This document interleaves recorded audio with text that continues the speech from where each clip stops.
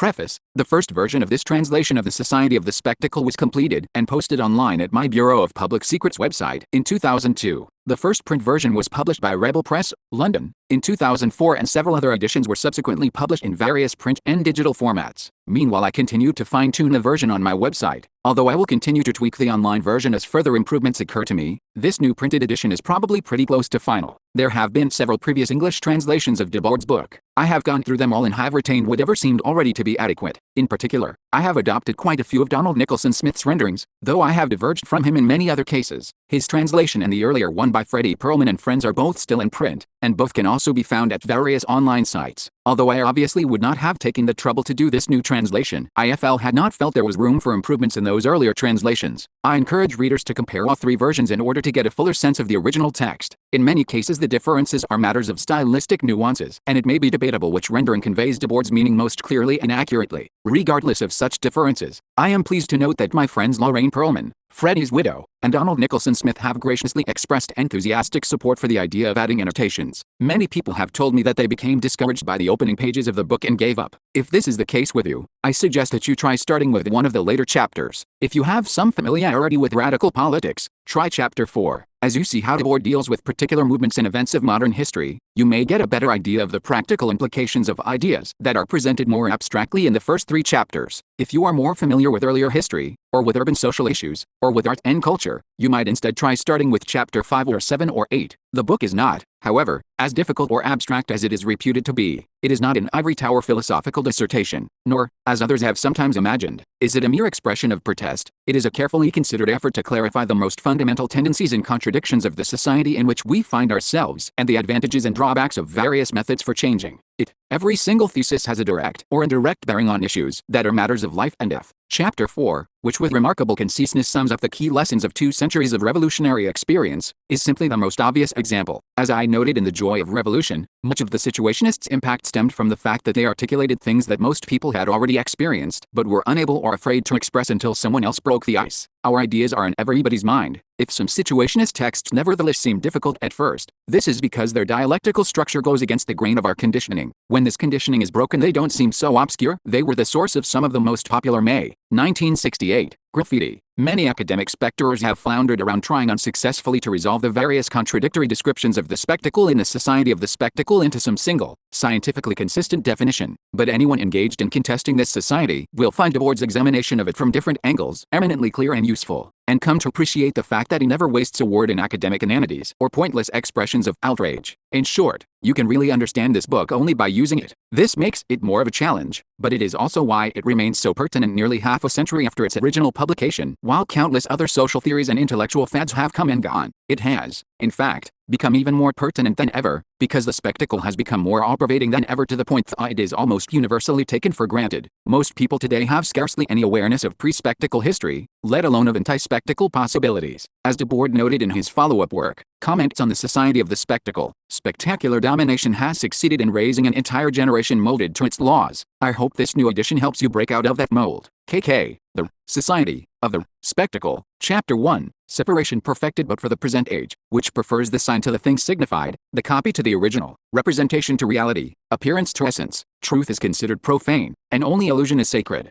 Sacredness is in fact held to be enhanced in proportion as truth decreases and illusion increases, so that the highest degree of illusion comes to be seen as the highest degree of sacredness. Feuerbach. Preface to the second edition of The Essence of Christianity 1. In societies where modern conditions of production prevail, life is presented as an immense accumulation of spectacles. Everything that was directly lived has receded into representation too. The images detached from every aspect of life merge into a common stream, in which the unity of that life can no longer be recovered. Fragmented views of reality regroup themselves into new unity as a separate pseudo-world that can only be looked at. The specialization of images of the world has culminated in a world of autonomia images, where even the deceivers are deceived. The spectacle is a concrete inversion of life, an autonomous movement of the non-living. 3. The spectacle presents itself simultaneously as society itself, as a part of society, and as a means of unification. As a part of society, it is ostensibly the focal point of all vision and all consciousness, but due to the very fact that this sector is separate, it is in reality the domain of delusion and false consciousness. The unification it achieves is nothing but an official language of universal separation, For the spectacle is not a collection of images. It is a social relation between people that is mediated by images. 5. The spectacle cannot be understood as a mere visual excess produced by mass media technologies. It is a worldview that has actually been materialized, that has become an objective reality. 6. Understood in its totality, the spectacle is both the result and the project of the present mode of production. It is not a mere supplement or decoration added to the real world. It is the heart of this real society's unreality. In all of its particular manifestations, news, propaganda, advertising, entertainment, the spectacle is the model of the prevailing way of life. It is the omnipresent affirmation of the choices that have already been made in the sphere of production and in the consumption implied by that production. In both form and content, the spectacle serves as a total justification of the conditions and goals of the existing system. The spectacle is also the constant presence of this justification, since it monopolizes the majority of the time spent outside the modern production process. 7. Separation is itself an integral part of the unity of this world, of a global social praxis split into reality and image. The social practice confronted by an autonomous spectacle is at the same time the real totality which contains that spectacle, but the split within this totality mutilates it to the point that the spectacle seems to be its goal. The language of the spectacle consists of signs of the dominant system of production, signs which are at the same time the ultimate end products of that system. 8. The spectacle cannot be abstractly contrasted to concrete social activity. Each side of such a duality is itself divided. The spectacle that falsifies reality is nevertheless a real product of that reality, while lived reality is materially invaded by the contemplation of the spectacle and ends up absorbing it and aligning itself with it. Objective reality is present on both sides. Each of these seemingly fixed concepts has no other basis than its transformation into its opposite. Reality emerges within the spectacle, and the spectacle is real. This reciprocal alienation 1 is the essence and support of the existing society. 9. In a world that has really been turned upside down, the true is a moment of the false. 10. The concept of the spectacle interrelates and explains a wide range of seemingly unconnected phenomena. The apparent diversities and contrasts of these phenomena stem from the social organization of appearances, whose essential nature must itself be recognized. Considered in its own terms, the spectacle is an affirmation of appearances and an identification of all human social life with appearances, but a critique that grasps the spectacle's essential character reveals it to be a visible negation of life, a negation that has taken on a visible form. 11. In order to describe the spectacle, its formation, its functions, and the forces that work against it, it is necessary to make some artificial distinctions. In analyzing the spectacle, we are obliged to a certain extent to use the spectacle's own language, in the sense that we have to operate on the methodological terrain of the society that expresses itself in the spectacle. For the spectacle is both the meaning and the agenda of our particular socio-economic formation. It is the historical moment in which we are caught. 12. The spectacle presents itself as a vast inaccessible reality that can never be questioned. Its sole message is, what appears is good, what is good appears. The passive acceptance it demands is already effectively imposed by its monopoly of appearances, its manner of appearing without allowing any reply. 13. The tautological character of the spectacle stems from the fact that its means and ends are identical. It is the sun that never sets over the empire of modern passivity. It covers the entire surface of the globe, endlessly basking in its own glory. 14. The society based on modern industry is not accidentally or superficially spectacular. It is fundamentally spectacleist. In the spectacle, the visual reflection of the ruling economic order goals are nothing, development is everything. The spectacle aims at nothing other than itself. 15. As indispensable embellishment of currently produced objects, as general articulation of the system's rationales, and as advanced economic sector that directly creates an ever-increasing multitude of image objects, the spectacle is the leading production of present-day society. 16. The spectacle is able to subject human beings to itself because the economy has already totally subjugated them. It is nothing other than the economy developing for itself. It is at once a faithful reflection of the production of things and a distorting objectification of the producers. 17. The first stage of the economy's domination of social life brought about an evident degradation of being into. Having human fulfillment was no longer acquainted with what one was, but with what one possessed. The present stage, in which social life has become completely occupied by the accumulated productions of the economy, is bringing about a general shift from having to appearing. All having must now derive its immediate prestige and its ultimate purpose from appearances. At the same time, all individual reality has become social, in the sense that it is shaped by social forces and is directly dependent on them. Individual reality is allowed to appear only insofar as it is not actually real. 18. When the real world is transformed into mere images become real beings, figments that provide the direct motivations for a hypnotic behavior. Since the spectacle's job is to use various specialized mediations in order to show us a world that can no longer be directly grasped, it naturally elevates the sense of sight to the special preeminence once occupied by touch. The most abstract and easily deceived sense is the most readily adaptable to the generalized abstraction of present-day society. But the spectacle is not merely a matter of images, nor even of images plus sounds. It is whatever escapes people's activity, whatever eludes their practical reconsideration and correction. It is the opposite of dialogue. Wherever representation becomes independent, the spectacle regenerates itself. 19. The spectacle inherits the weakness of the Western philosophical project, which attempted to understand activity by means of the categories of vision. illusion, and it is based on the relentless development of the particular technical rationality that grew out of that form of thought. The spectacle does not realize philosophy, it philosophizes reality, reducing everyone's concrete life to a universe of speculation. 20. Philosophy, the power of separate thought and the thought of separate power, was never by itself able to supersede theology. The spectacle is the material reconstruction of the religious illusion. Spectacular technology has not dispersed the religious mists into which human beings had projected their own alienated powers, it has merely brought those mists down to earth, to the point that even the most mundane aspects of life have become impenetrable and unbreathable. The illusory paradise representing a total denial of earthly life is no longer projected into the heavens, it is embedded in earthly life itself. The spectacle is the technological version of the exiling of human powers into a world beyond, the culmination of humanity's internal separation. 21. As long as necessity is socially dreamed, dreaming will remain necessary. The spectacle is the bad dream of a modern society in chains, and ultimately expresses nothing more than its wish for sleep. The spectacle is the guardian of that sleep. 22. The fact that the practical power of modern society has detached itself from that society and established an independent realm in the spectacle can be explained only by the additional fact that powerful practice continued to lack cohesion and had remained in contradiction with itself. 23. The root of the spectacle is that oldest of all social specializations, the specialization of power. The spectacle plays the specialized role of speaking in the name of all the other activities. It is hierarchical society's ambassador to itself, delivering its messages at a court where no one else is allowed to speak. The most modern aspect of the spectacle is thus also the most archaic. 24. The spectacle is the ruling order's non-stop discourse about itself, its never-ending monologue of self-praise, itself, portrayed at the stage of totalitarian domination of all aspects of life. The fetishistic appearance of pure objectivity in spectacular relations conceals their true character as relations between people and between classes. A second nature, with its own inescapable laws, seems to dominate our environment, but the spectacle is not the inevitable consequence of some supposedly natural technological development. On the contrary, the society of the spectacle is a form that chooses its own technological content. If the spectacle, considered in the limited sense of the mass media that are its most glaring superficial manifestation, seems to be invading society in the form of a mere technical apparatus, it should be understood that this apparatus is in no way neutral, and that it has been developed in accordance with this spectacle's internal dynamics. If the social needs of the age in which such technologies are developed can be met only through their mediation, if the administration of this society and all contact between people has become totally dependent on these means of instantaneous communication, it is because this communication is essentially unilateral. The concentration of these media thus amounts to concentrating in the hands of the administrators of the existing system the means that enable them to carry on this particular form of administration. The social separation reflected in the spectacle is inseparable from the modern state, that product of the social division of labor that is both the chief instrument of class rule and the concentrated expression of all social divisions. 25. Separation is the alpha and omega of the spectacle. The institutionalization of the social division of labor in the form of class divisions had given rise to an earlier, religious form of contemplation, the mythical order with which every power has always camouflaged itself. Religion justified the cosmic and ontological order that corresponded to the interests of the masters, expounding and embellishing everything their societies could not deliver. In this sense, all separate power has been spectacular, but this earlier universal devotion to fixed religious imagery was only a shared belief in an imaginary compensation for the poverty of a concrete social activity that was still generally experienced as a unitary condition. In contrast, the modern spectacle depicts what society could deliver, but in so doing it rigidly separates what is possible from what is permitted. The spectacle keeps people in a state of unconsciousness as they pass through practical changes in their conditions of existence. Like a factitious god, it engenders itself and makes its own rules. It reveals itself for what it is, an autonomously developing separate power,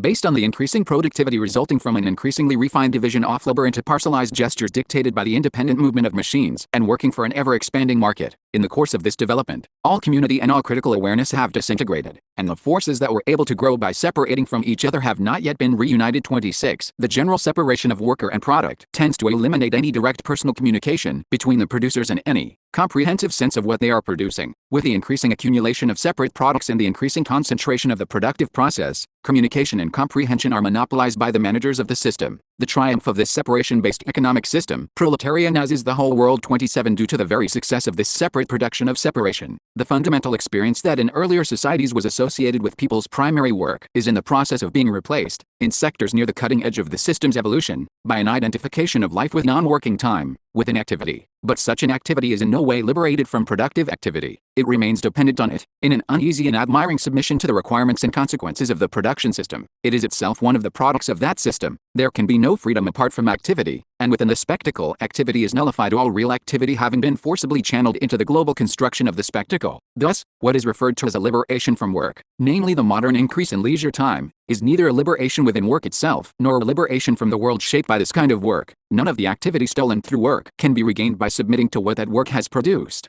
28. The reigning economic system is a vicious circle of isolation. Its technologies are based on isolation, and they contribute to that same isolation. From automobiles to television, the goods that the spectacular system chooses to produce also serve it as weapons for constantly reinforcing the conditions that engender lonely crowds. With ever increasing concreteness, the spectacle recreates its own presuppositions. 29. The spectacle was born from the world's loss of unity, and the immense expansion of the modern spectacle reveals the enormity of this loss. The abstractifying of all individual labor and the general abstractness of what is produced are perfectly reflected in the spectacle, whose manner of being concrete is precisely abstraction. In the spectacle, a part of the world represents itself to the world and is superior to it. The spectacle is simply the common language of this separation. Spectators are linked solely by their one-way relationship to the very center that keeps them isolated from each other. The spectacle thus reunites the separated, but it reunites them only in their separateness. 30. The alienation of the spectator, which reinforces the contemplated objects that result from his own unconscious activity, works like this. The more he contemplates, the less he lives. The more he identifies with the dominant images of need, the less he understands his own life and his own desires. The spectacle's estrangement from the acting subject is expressed by the fact that the individual's gestures are no longer his own. They are the gestures of someone else who represents them to him. The spectator does not feel at home anywhere, because the spectacle is everywhere. 31. Workers do not produce themselves. They produce a power independent of themselves. The success of this production, the abundance it generates, is experienced by the producers as an abundance of dispossession. As their alienated products accumulate, all time and space become foreign to them.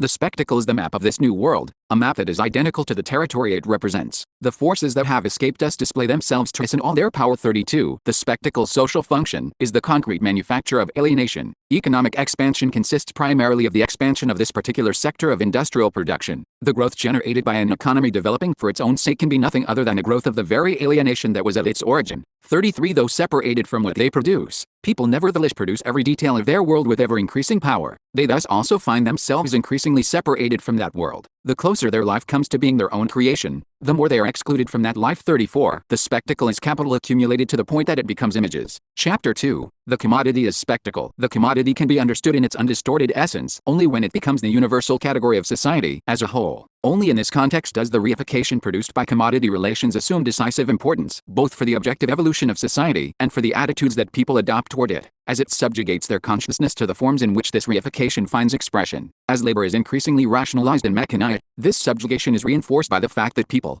activity becomes less and less active and more contemplative. Lukács. History and class consciousness. 35. In the spectacle's basic practice of incorporating into itself all the fluid aspects of human activity so as to possess them in a congealed form, and of inverting living values into purely abstract values, we recognize our old enemy the commodity, which seems at first glance so trivial and obvious, yet which is actually so complex and full of metaphysical subtleties. 36. The fetishism of the commodity. The domination of society by imperceptible as well as perceptible things attains its ultimate fulfillment in the spectacle, where the perceptible world is replaced by a selection of images which is projected above it, yet which at the same time succeeds in making itself regarded as the perceptible par excellence. 37. The world at once present and absent that the spectacle holds up to view is the world of the commodity dominating all living experience. The world of the commodity is thus shown for what it is, because its development is identical to people's estrangement from each other and from everything they produce. 38. The loss of quality that is so evident at every level of spectacular language, from the objects it glorifies to the behavior it regulates, stems from the basic nature of a production system that shuns reality. The commodity form reduces everything to quantitative equivalence. The quantitative is what it develops, and it can develop only within the quantitative. 39. Despite the fact that this development excludes the qualitative, it is itself subject to qualitative change. The spectacle reflects the fact that this development has crossed the threshold of its own abundance. Although this qualitative change has so far taken place only partially in a few local areas, it is already implicit at the universal level that was the commodity's original standard, a standard that the commodity has lived up to by turning the whole planet into a single world market. 40. The development of productive forces has been the unconscious history that has actually created and altered the living conditions, of human groups, the conditions enabling them to survive and the expansion of those conditions. It has been the economic basis of all human undertakings. Within natural economies, the emergence of a commodity sector represented a surplus survival. Commodity production, which implies the exchange of varied products between independent producers, tended for a long time to retain its small-scale craft aspects, relegated as it was to a marginal economic role where its quantitative reality was still hidden. But wherever it encountered the social conditions of large-scale commerce and capital accumulation, it took total control of the economy. The entire economy then became what the commodity had already shown itself to be in the course of this conquest, a process of quantitative development. This constant expansion of economic power in the form of commodities transformed human labor itself into a commodity. into wage labor, and ultimately produced a level of abundance sufficient to solve the initial problem of survival, but only in such a way that the same problem is continually regenerated at a higher level. Economic growth has liberated societies from the natural pressures that forced them into an immediate struggle for survival, but they have not yet been liberated from their liberator. The commodities independence has spread to the entire economy it now dominates. This economy has transformed the world, but it has merely transformed it into a world dominated by the economy. The pseudo-nature within which human labor has become alienated demands that such labor remain forever in its service, and since this demand is formulated by and answerable only to itself, it in fact ends up channeling all socially permitted projects and endeavors into its own reinforcement. The abundance of commodities, that is, the abundance of commodity relations, amounts to nothing more than an augmented survival. 41. As long as the economy's role as material basis of social life was neither noticed nor understood, remaining unknown precisely because it was so familiar, the commodities' dominion over the economy was exerted in a covert manner. In societies where actual commodities were few and far between, money was the apparent master, serving as plenipotentiary representative of the greater power that remained unknown. With the Industrial Revolution's manufactural division of labor and mass production for a global market, the commodity finally became fully visible as a power that was colonizing all social life. It was at that point that political economy established itself as the dominant science, and as the science of domination. 42. The spectacle is the stage at which the commodity has succeeded in totally colonizing social life. Commodification is not only visible, we no longer see anything else. The world we see is the world of the commodity. Modern economic production extends its dictatorship both extensively and intensively. In the less industrialized regions, its reign is already manifested by the presence of a few star commodities and by the imperialist domination imposed by the more industrially advanced regions. In the latter, social space is blanketed with ever new layers of commodities. With the second industrial revolution, alienated consumption has become as much a duty for the masses as alienated production. The society's entire sold labor has become a total commodity whose constant turnover must be maintained at all cost. To accomplish this total commodity has to be returned in fragmented form to fragmented individuals who are completely cut off from the overall operation of the productive forces. To this end, the specialized science of domination is itself broken down into further specialties such as sociology, psychotechnology, cybernetics, and semiology, which oversee the self-regulation of every phase of the process. 43. Whereas during the primitive stage of capitalist accumulation, political economy considers the proletarian only as a worker, who only needs to be allotted the indispensable minimum for maintaining his labor power, and never considers him in his leisure and humanity. This ruling class perspective is revised as soon as commodity abundance reaches a level that requires an additional collaboration from him. Once his workday is over, the worker is suddenly redeemed from the total contempt toward him that is so clearly implied by every aspect of the organization and surveillance of production, and finds himself seemingly treated like a grown-up, with a great show of politeness, in his new role as a consumer. At this point, the humanism of the commodity takes charge of the worker's leisure and humanity, simply because political economy now can and must dominate those spheres as political economy. The total denial of man has thus taken charge of all human existence. 44. The spectacle is a permanent opium war designed to force people to equate goods with commodities, and to equate satisfaction with a survival that expands. According to its own laws, consumable survival must constantly expand because it never ceases to include privation. If augmented survival never comes to resolution, if there is no point where it might stop expanding, this is because it is itself stuck in the realm of privation. It may gild poverty, but it cannot transcend it. 45. Automation, which is both the most advanced sector of modern industry and the epitome of its practice, obliges the commodity system to resolve the following contradiction. The technological developments that objectively tend to eliminate work must at the same time preserve labor as a commodity, because labor is the only creator of commodities. The only way to prevent automation, or any other less extreme method of increasing labor productivity from reducing society's total necessary labor time, is to create new jobs. To this end, a reserve army of the unemployed is enlisted into the tertiary or service sector, reinforcing the troops responsible for distributing and glorifying the latest commodities at a time when increasingly extensive campaigns are necessary to convince people to buy increasingly unnecessary commodities. 46. Exchange value could arise only as a representative of use value, but the victory it eventually won with its own weapons created the conditions for its own autonomous power. By mobilizing all human use value and monopolizing its fulfillment, exchange value ultimately succeeded in controlling use. Use has come to be seen purely in terms of exchange value, and is now completely at its mercy. Starting out like a condottiere in the service of use value, exchange value has ended up waging the war for its own sake. 47. The constant decline of use value that has always characterized the capitalist economy has given rise to a new form of poverty within the realm of augmented survival, alongside the old poverty which still persists, since the vast majority of people are still forced to take part as wage workers in the unending pursuit of the system's ends, and each of them knows that they must submit or die. The reality of this blackmail, the fact that even in its most impoverished forms, food, shelter, use value now has no existence outside the illusory riches of augmented survival, accounts for the general acceptance of the illusions of modern commodity consumption. The real consumer has become a consumer of illusions. The commodity is this materialized illusion, and the spectacle is its general expression. 48. Use value was formerly understood as an implicit aspect of exchange value.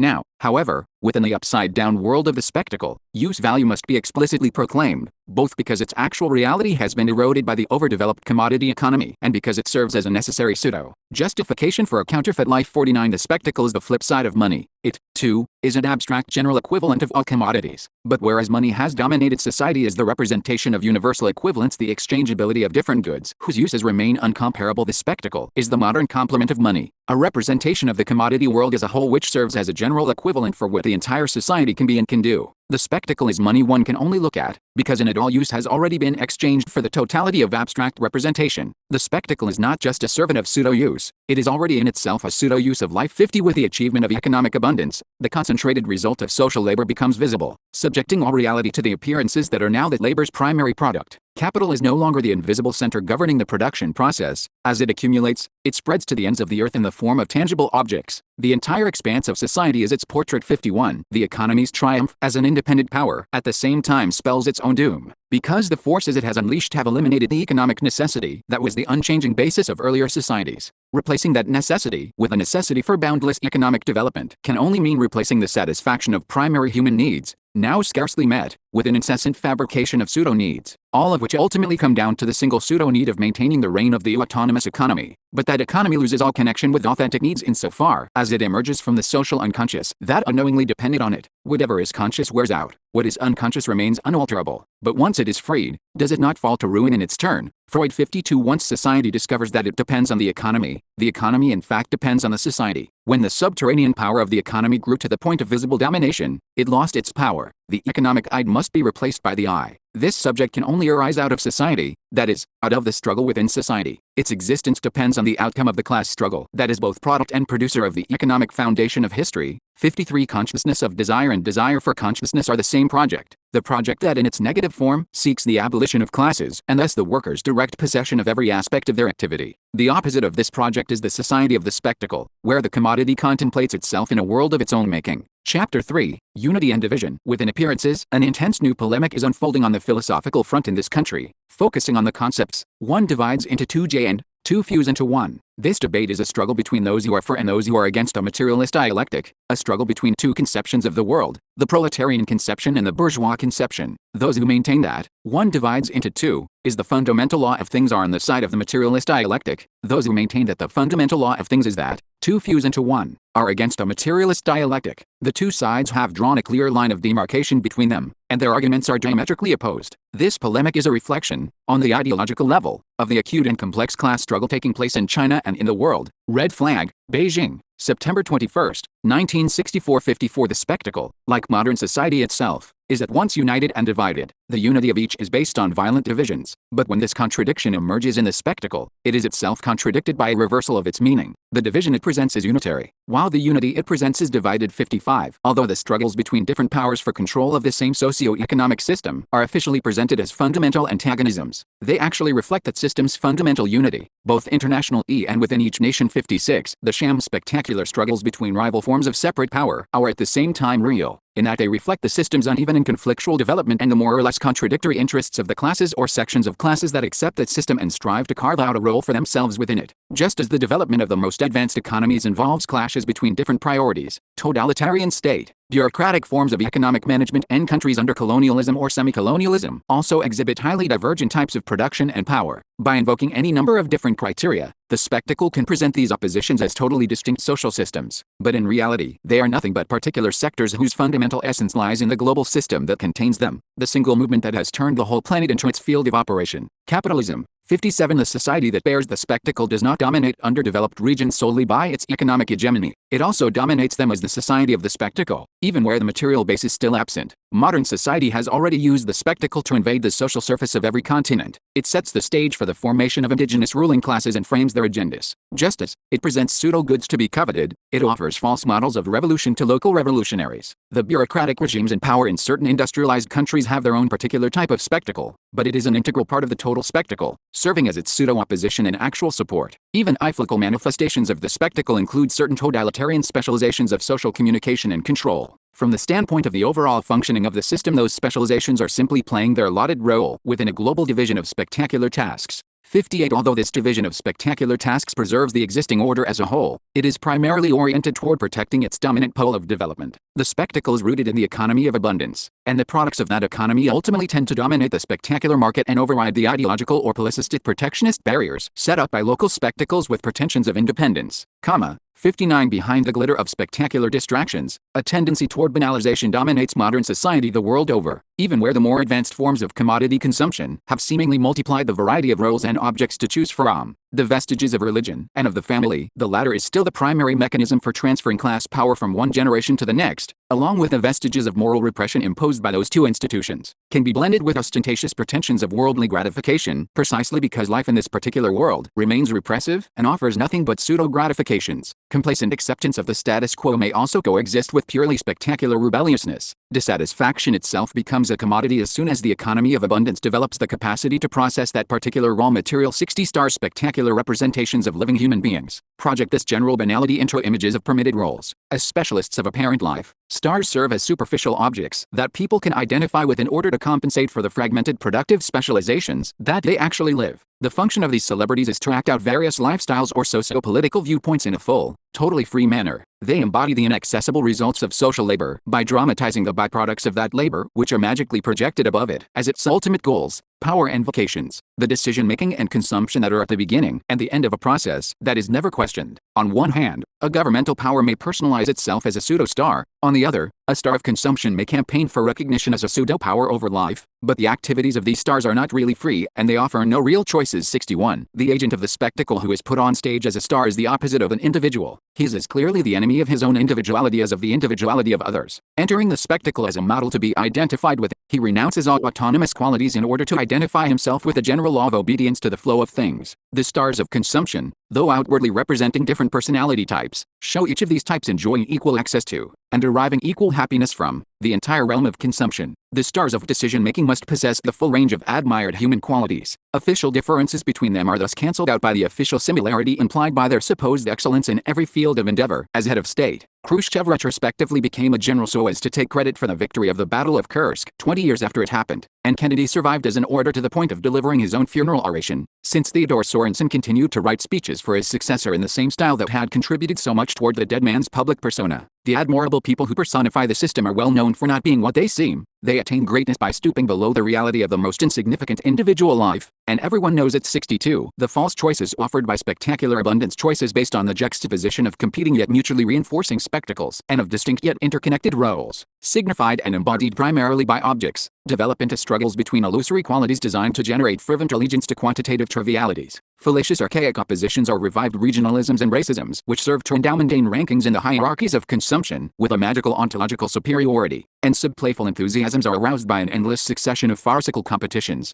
from sports to elections. Wherever abundant consumption is established, one particular spectacular opposition is always in the forefront of illusory roles, the antagonism between youth and adults. But real adults, people who are masters of their own lives, are in fact nowhere to be found, and a youthful transformation of what exists is in no way characteristic of those who are now young. It is present solely in the economic system, in the dynamism of capitalism. It is things that rule and that are young, vying with each other and constantly replacing each other. 63. Spectacular pos 1t10 and s conceal the unity of poverty. If different forms of the same alienation struggle against each other in the guise of irreconcilable antagonisms, this is because they are all based on real contradictions that are repressed. The spectacle exists in a concentrated form or a diffuse form, depending on the requirements of the particular stage of poverty it denies and supports. In both cases it is nothing more than an image of happy harmony surrounded by desolation and horror. At the calm center of misery, 64. The concentrated spectacle is primarily associated with bureaucratic capitalism, though it may also be imported as a technique for reinforcing state power in more backward mixed economies, or even adopted by advanced capitalism during certain moments of crisis. Bureaucratic property is itself concentrated, in that the individual bureaucrat takes part in the ownership of the entire economy only through his membership in the community of bureaucrats. And since commodity production is less developed under bureaucratic capitalism, it too takes on a concentrated form. The commodity the bureaucracy appropriates is the total social labor, and what it sells back to the society is that society's wholesale servile. The dictatorship of the bureaucratic economy cannot leave the exploited masses any significant margin of choice because it has had to make all the choices itself, and any choice made independently of it, whether regarding food or music or anything else, thus amounts to a declaration of war against it. This dictatorship must be enforced by permanent violence. Its spectacle imposes an image of the good which subsumes everything that officially exists, an image which is usually concentrated in a single individual, the guarantor of the system's totalitarian cohesion. Everyone must magically identify with this absolute star or disappear. This master of everyone else's non-consumption is the heroic image that disguises the absolute exploitation entailed by the system of primitive accumulation, accelerated by terror. If the entire Chinese population has to study Mao to the point of identifying with Mao, this is because there is nothing else they can be. The concentrated spectacle implies a police state. 65. The diffuse spectacle is associated with commodity abundance, with the undisturbed development of modern capitalism. Here each individual commodity is justified in the name of the grandeur of the total commodity production, of which the spectacle is a laudatory catalogue. Irreconcilable claims jockey for position on the stage of the affluent economy's unified spectacle, and different star commodities simultaneously promote conflicting social policies. The automobile spectacle, for example, strives for a perfect traffic flow entailing the destruction of old urban districts, while the city spectacle needs to preserve those districts as tourist attractions. The already dubious satisfaction alleged to be obtained from the consumption of the whole is thus constantly being disappointed because the actual consumer can directly access only a succession of fragments of this commodity heaven, fragments which invariably lack the quality attributed to the whole. 66. Each individual commodity fights for itself. It avoids acknowledging the others and strives to impose itself everywhere, as if it were the only one in existence. The spectacle is the epic poem of this struggle, a struggle that no fall of Troy can bring to an end. The spectacle does not sing of men and their arms, but of commodities and their passions. In this blind struggle, each commodity, by pursuing its own passion, unconsciously generates something beyond itself, the globalization of the commodity, which also amounts to the commodification of the globe. Thus, as a result of the cunning of the commodity, while each particular manifestation of the commodity eventually falls in battle, the general commodity form continues onward toward its absolute realization. 67. The satisfaction that no longer comes from using the commodities produced in abundance is now sought through recognition of their value as commodities. Consumers are filled with religious fervor for the sovereign freedom of commodities, whose use has become an end in itself. Waves of enthusiasm for particular products are propagated by all the communications media. A film sparks a fashion craze. A magazine publicizes night spots, which in turn spin off different lines of products. The proliferation of faddish gadgets reflects the fact that as the mass of commodities becomes increasingly absurd, absurdity itself becomes a commodity. Trinkets such as keychains, which come as free bonuses with the purchase of some luxury product, but which end up being traded back and forth as valued collectibles in their own right,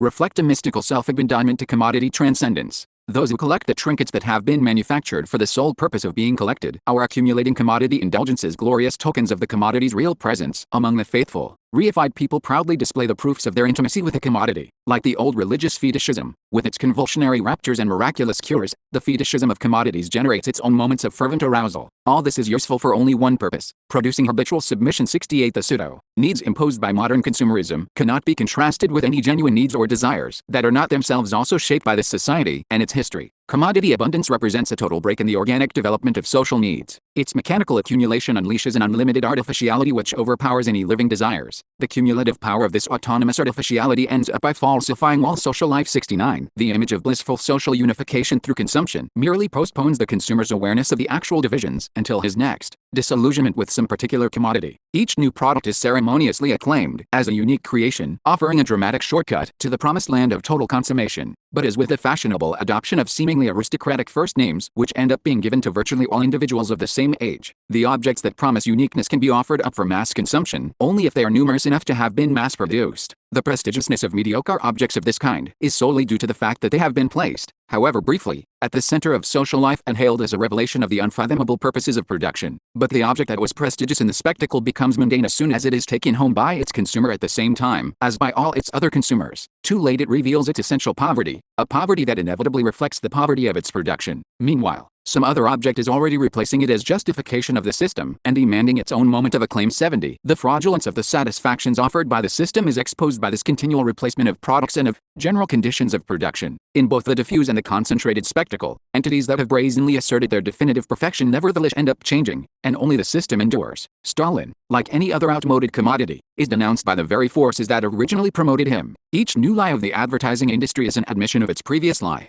and with each downfall of a personification of totalitarian power, the illusory community that had unanimously approved him is exposed as a mere conglomeration of loners without illusion. 71. The things the spectacle presents as eternal are based on change, and must change as their foundations change. The spectacle is totally dogmatic, yet it is incapable of arriving at any really solid dogma. Nothing stands still for it. This instability is the spectacle's natural condition, but it is completely contrary to its natural inclination. 72. The unreal unity proclaimed by the spectacle masks the class division underlying the real unity of the capitalist mode of production. What obliges the producers to participate in the construction of the world is also what excludes them from it. What brings people into relation with each other by liberating them from their local and national limitations is also what keeps them apart. What requires increased rationality is also what nourishes the irrationality of hierarchical exploitation and repression. What produces society's abstract power also produces its concrete lack of freedom. Chapter 4. The proletariat as subject and representation, equal right to all the goods and pleasures of this world, the destruction of all authority, the negation of all moral restraints in the final analysis. These are the aims behind the March 18th insurrection and the charter of the fearsome organization that furnished it with an army. Parliamentary report on the insurrection of March 18, 73. The real movement that transforms existing conditions has been the dominant social force since the bourgeoisie's victory within the economic sphere, and this dominance became visible once that victory was translated onto the political plane. The development of productive forces shattered the old production relations, and all static order crumbled into dust. Everything that was absolute became historical. 74. When people are thrust into history and forced to take part in the work and struggles that constitute history, they find themselves obliged to view their relationships in a clear and disabused manner. This history has no object distinct from what it creates from out of itself, although the final unconscious metaphysical vision of the historical era considered the productive progression through which history had unfolded as itself the object of history. As for the subject of history, it can be nothing other than the self-production of the living people becoming masters and possessors of their own historical world and of their own fully conscious adventures. 75. The class struggles of the long era of revolutions initiated by the rise of the bourgeoisie have developed in tandem with the dialectical thought of history, the thought which is no longer content to seek the meaning of what exists, but which strives to comprehend the dissolution of everything that exists, and in this process breaks down every separation. 76. For Hegel, the point was no longer to interpret the world, but to interpret the transformation of the world. But because he limited himself to merely interpreting that transformation, Hegel only represents the philosophical culmination of philosophy. He seeks to understand a world that develops by itself. This historical thought is still a consciousness that always arrives too late, a consciousness that can only formulate retrospective justifications of what has already happened. It has thus gone beyond separation only in thought. Hegel's paradoxical stance is subordination of the meaning of all reality to its historical culmination, while at the same time proclaiming that his own system represents that culmination, flows from the simple fact that this thinker of the bourgeois revolutions of the 17th and 18th centuries sought in his philosophy only a reconciliation with the results of those revolutions. Even as a philosophy of the bourgeois revolution, it does not reflect the entire process of that revolution, but only its concluding phase. It is thus a philosophy not of the revolution, but of the restoration. Karl Korsch. Theses on Hegel and Revolution. Hegel performed the task of the philosopher, the glorification of existing conditions for the last time, but already what existed for him could be nothing less than the entire movement of history. Since he nevertheless maintained the external position of thought,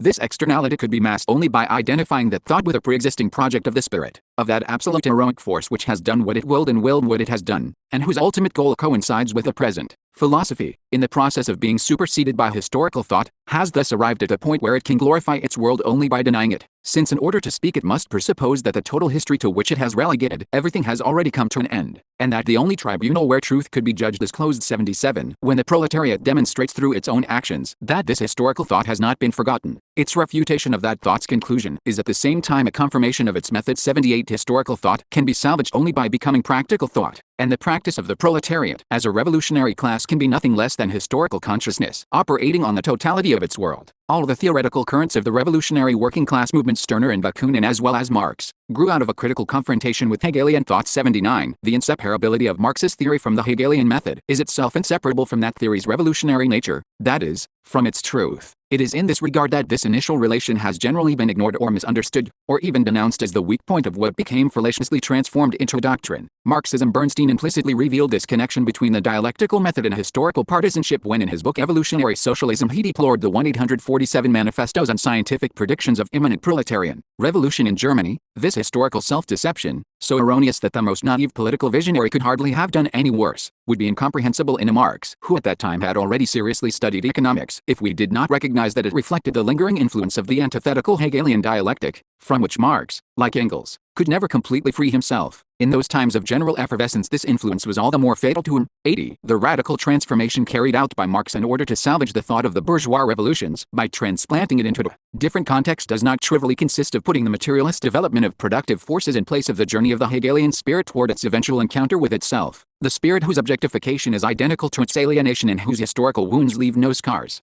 For once history becomes real, it no longer has an end. Marx demolished Hegel's position of detachment from events, as well as passive contemplation by any supreme external agent whatsoever. Henceforth, theory's concern is simply to know what it itself is doing. In contrast, present-day society's passive contemplation of the movement of the economy is an untransformed holdover from the undialectical aspect of the Hegelian attempt to create a circular system. It is an approval that is no longer on the conceptual level and that no longer needs a Hegelianism to justify itself, because the movement it now praises is a sector of a world where thought no longer has any place, a sector whose mechanical development effectively dominates everything. Marx's project is a project of conscious history, in which the quantitativeness that arises out of the blind development of merely economic productive forces must be transformed into a qualitative appropriation of history. The critique of political economy is the first act of this end of prehistory. Of all the instruments of production, the greatest productive power is the revolutionary class itself. 81 Marxist theory is closely linked with scientific thought insofar as it seeks rational understanding of the forces that really operate in society. But it ultimately goes beyond scientific thought, preserving it only by superseding it. It seeks to understand struggles, not laws. We recognize only one science, the science of history. The German ideology, 82 the bourgeois era, which wants to give history a scientific foundation, overlooks the fact that the science available to it could itself arise only on the foundation of the historical development of the economy. But history is fundamentally dependent on this economic knowledge only so long as it remains merely economic history. The extent to which the viewpoint of scientific observation could overlook history's effect on the economy, an overall process that modifies its own scientific premises, is shown by the vanity of those socialists who thought they had calculated the exact periodicity of economic crises. Now that constant governmental intervention has managed to counteract some of the effects of the tendencies toward crisis, the same type of mentality sees this delicate balance as a definitive economic harmony. The project of transcending the economy and mastering history must indeed grasp and incorporate the science of society, but it cannot itself be a scientific project. The revolutionary movement remains bourgeois insofar as it thinks it can master current history by means of scientific knowledge. 83 The utopian currents of socialism, though they are historically grounded in criticism of the existing social system, can rightly be called utopian insofar as they ignore historic that is, insofar as they ignore actual struggles taking place in any passage of time outside the immutable perfection of their image of a happy society, but not because they reject science. On the contrary, the utopian thinkers were completely dominated by the scientific thought of earlier centuries. They sought the completion and fulfillment of that general rational system. They did not consider themselves unarmed prophets, for they firmly believed in the social power of scientific proof and even, in the case of Saint-Simonism, in the seizure of power by science. Why, Sombart asked, would they want to seize through struggle what merely needed to be proved? But the utopian scientific understanding did not include the awareness that some social groups have vested interests in maintaining the status quo,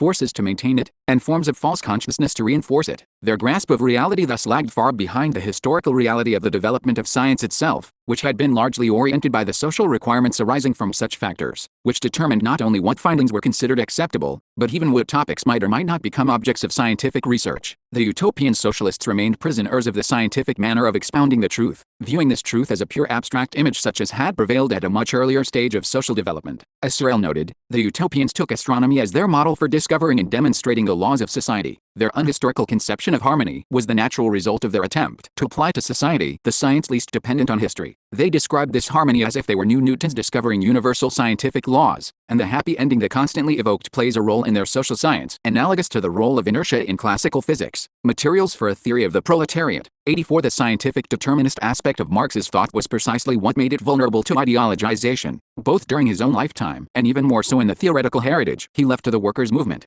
The advent of the historical subject continues to be postponed, and it is economics, the historical science par excellence, which is increasingly seen as guaranteeing the inevitability of its own future negation. In this way, revolutionary practice, the only true agent of this negation, tends to be pushed out of theory's field of vision. Instead, it is seen as essential to patiently study economic development, and to go back to accepting with a Hegelian tranquility the suffering which that development imposes. The result remains a graveyard of good intentions. The science of revolutions then concludes that consciousness always comes too soon, and has to be taught. History has shown that we, and all who thought like us, were wrong, Engels wrote in 1895. It has made it clear that the state of economic development on the continent at that time was far from being ripe. Throughout his life, Marx had maintained a unitary point of view in his theory, but the exposition of his theory was carried out on the terrain of the dominant thought insofar as it took the form of critiques of particular disciplines, most notably the critique of that fundamental science of bourgeois society, Political economy. It was in this mutilated form, which eventually came to be seen as definitive, that Marxist theory was transformed into Marxism. 85. The weakness of Marxist theory is naturally linked to the weakness of the revolutionary struggle of the proletariat of his time. The German working class failed to initiate a permanent revolution in 1848. The Paris Commune was defeated in isolation. As a result, revolutionary theory could not yet be fully realized. The fact that Marx was reduced to defending and refining it by cloistered scholarly work in the British Museum had a debilitating effect on the theory itself. His scientific conclusions about the future development of the working class, and the organizational practice apparently implied by those conclusions, became obstacles to proletarian consciousness at a later stage. 86. The theoretical shortcomings of the scientific defense of proletarian revolution, both in its content and in its form of exposition, all ultimately result from identifying the proletariat with the bourgeoisie with respect to the revolutionary seizure of power. 87. As early as the Communist Manifesto, Marx's effort to demonstrate the scientific legitimacy of proletarian power by citing a repetitive sequence of precedents led him to oversimplify his historical analysis into a linear model of the development of modes of production, in which class struggles invariably resulted either in a revolutionary transformation of the entire society or in the mutual ruin of the contending classes. The plain facts of history, however, are that the Asiatic mode of production, as Marx himself acknowledged elsewhere, maintained its immobility despite all its class conflicts, that no serf uprising ever overthrew the feudal lords, and that none of the slave revolts in the ancient world ended the rule of the free men. The linear schema loses sight of the fact that the bourgeoisie is the only revolutionary class that has ever won, and that it is also the only class for which the development of the economy was both a cause and the consequence of its taking control of society. The same oversimplification led Marx to neglect the economic role of the state in the management of class society. If the rising bourgeoisie seemed to liberate the economy from the state, this was true only to the extent that the previous state was an instrument of class oppression within a static economy. The bourgeoisie originally developed its independent economic power during the medieval period, when the state had been weakened and feudalism was breaking up the stable equilibrium between different powers. In contrast, the modern state, which began to support the bourgeoisie's development through its mercantilist policies, and which developed into the bourgeoisie's own state during the laissez-faire era, was eventually to emerge as a central power in the planned management of the economic process. Marx was nevertheless able to describe the Bonapartist prototype of modern statist bureaucracy, the fusion of capital and state to create a national power of capital over labor, a public force designed to maintain social servitude, a form of social order in which the bourgeoisie renounces all historical life apart from what has been reduced to the economic history of things, and would like to be condemned to the same political nullity as all the other classes. The socio-political foundations of the modern spectacle are already discernible here, and this result negatively implies that the proletariat is the only pretender to historical life. 88. The only two classes that really correspond to Marxist theory, the two pure classes that the entire analysis of capital brings to the fore, are the bourgeoisie and the proletariat.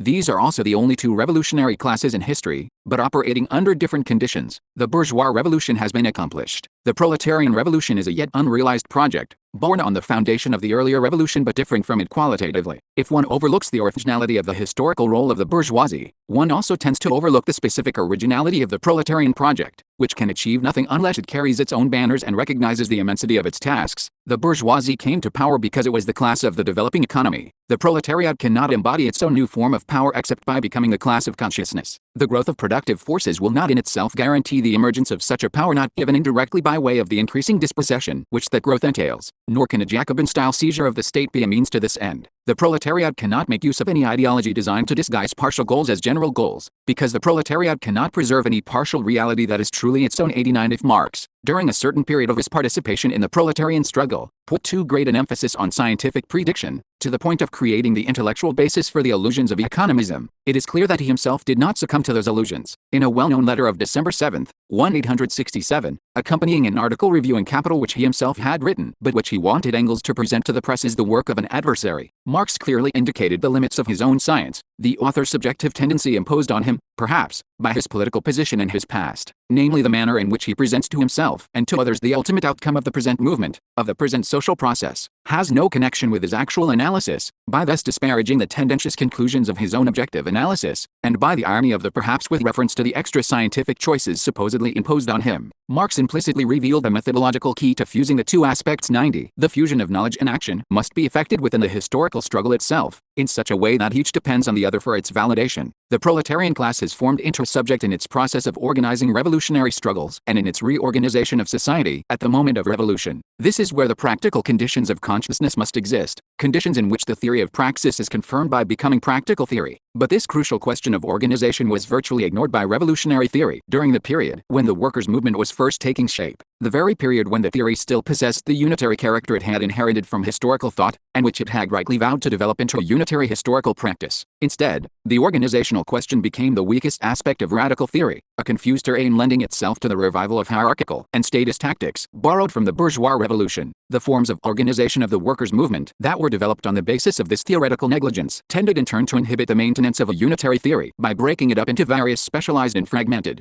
disciplines. This ideologically alienated theory was then no longer able to recognize the practical verifications of the unitary historical thought it had betrayed when such verifications emerged in spontaneous working-class struggles. Instead, it contributed toward repressing every manifestation and memory of them. Yet those historical forms that took shape in struggle were precisely the practical terrain that was needed in order to validate the theory. They were what the theory needed, yet that need had not been formulated theoretically. The Soviet, for example, was not a theoretical discovery, and the most advanced theoretical truth of the International Working Men's Association was its own existence in practice. 91. The First International's initial successes enabled it to free itself from the confused influences of the dominant ideology that had survived within it, but the defeat and repression that it soon encountered brought to the surface a conflict between two different conceptions of proletarian revolution, each of which contained an authoritarian dimension that amounted to abandoning the conscious self-emancipation of the working class. The feud between the Marxists and the Bakuninists, which eventually became irreconcilable, actually centered on two different issues: the question of power in a future revolutionary society and the question of the organization of the current movement, and each of the adversaries reversed their position when they went from one aspect to the other. Bakunin denounced the illusion that classes could be abolished by means of an authoritarian implementation of state power, warning that this would lead to the formation of a new bureaucratic ruling class and to the dictatorship of the most knowledgeable, or of those reputed to be such. Marx, who believed that the concomitant maturation of economic contradictions and of the workers' education and democracy would reduce the role of a proletarian state to a brief phase needed to legitimize the new social relations brought into being by objective factors, denounced Bakunin and his supporters as an authoritarian conspiratorial elite who were deliberately placing themselves above the international with a harebrained scheme of imposing on society an irresponsible dictatorship of the most revolutionary or of those who would designate themselves as such. Bakunin did in fact recruit followers on such a basis. In the midst of the popular tempest we must be the invisible pilots guiding the revolution, not through any kind of overt power but through the collective dictatorship of our alliance. A dictatorship without any insignia or titles or official status, yet all the more powerful because it will have none of the appearances of power. Thus two ideologies of working-class revolution opposed each other, each containing a partially true critique, but each losing the unity of historical thought in setting itself up as an ideological authority. Powerful organizations such as German Social Democracy and the Iberian Anarchist Federation faithfully served one or the other of these ideologies, and everywhere the result was very different from what had been sought. 92. The fact that anarchists have seen the goal of proletarian revolution as immediately present represents both the strength and the weakness of collectivist anarchist struggles. The only forms of anarchism that can be taken seriously, the pretensions of the individualist forms of anarchism have always been ludicrous. From the historical thought of modern class struggles, collectivist anarchism retains only the conclusion, and its constant harping on this conclusion is accompanied by a deliberate indifference to any consideration of methods. Its critique of political struggle has thus remained abstract, while its commitment to economic struggle has been channeled toward the mirage of a definitive solution that will supposedly be achieved by a single blow on this terrain. On the day of the general strike or the insurrection, the anarchists strive to realize an ideal. Anarchism is still an ideological negation of the state and of class society, the very social conditions which in their turn foster separate ideologies. It is the ideology of pure freedom, an ideology that puts everything on the same level and eliminates any conception of historical evil. This fusion of all partial demands into a single all-encompassing demand has given anarchism the merit of representing the rejection of existing conditions in the name of the whole of life rather than from the standpoint of some particular critical specialization. But the fact that this fusion has been envisaged only in the absolute, in accordance with individual whim and in advance of any practical actualization, has doomed anarchism to an all too obvious incoherence. Anarchism responds to each particular struggle by repeating and reapplying the same simple and all-embracing lesson, because this lesson has from the beginning been considered the be-all and end-all of the movement. This is reflected in Bakunin's 1873 letter of resignation from the German Federation. During the past 9 years the International has developed more than enough ideas to save the world, if ideas alone could save it, and I challenge anyone to come up with a new one. It's no longer the time for ideas, it's time for actions. This perspective undoubtedly retains proletarian historical thought's recognition that ideas must be put into practice, but it abandons the historical terrain by assuming that the appropriate forms for this transition to practice have already been discovered and will never change. 93. The anarchists,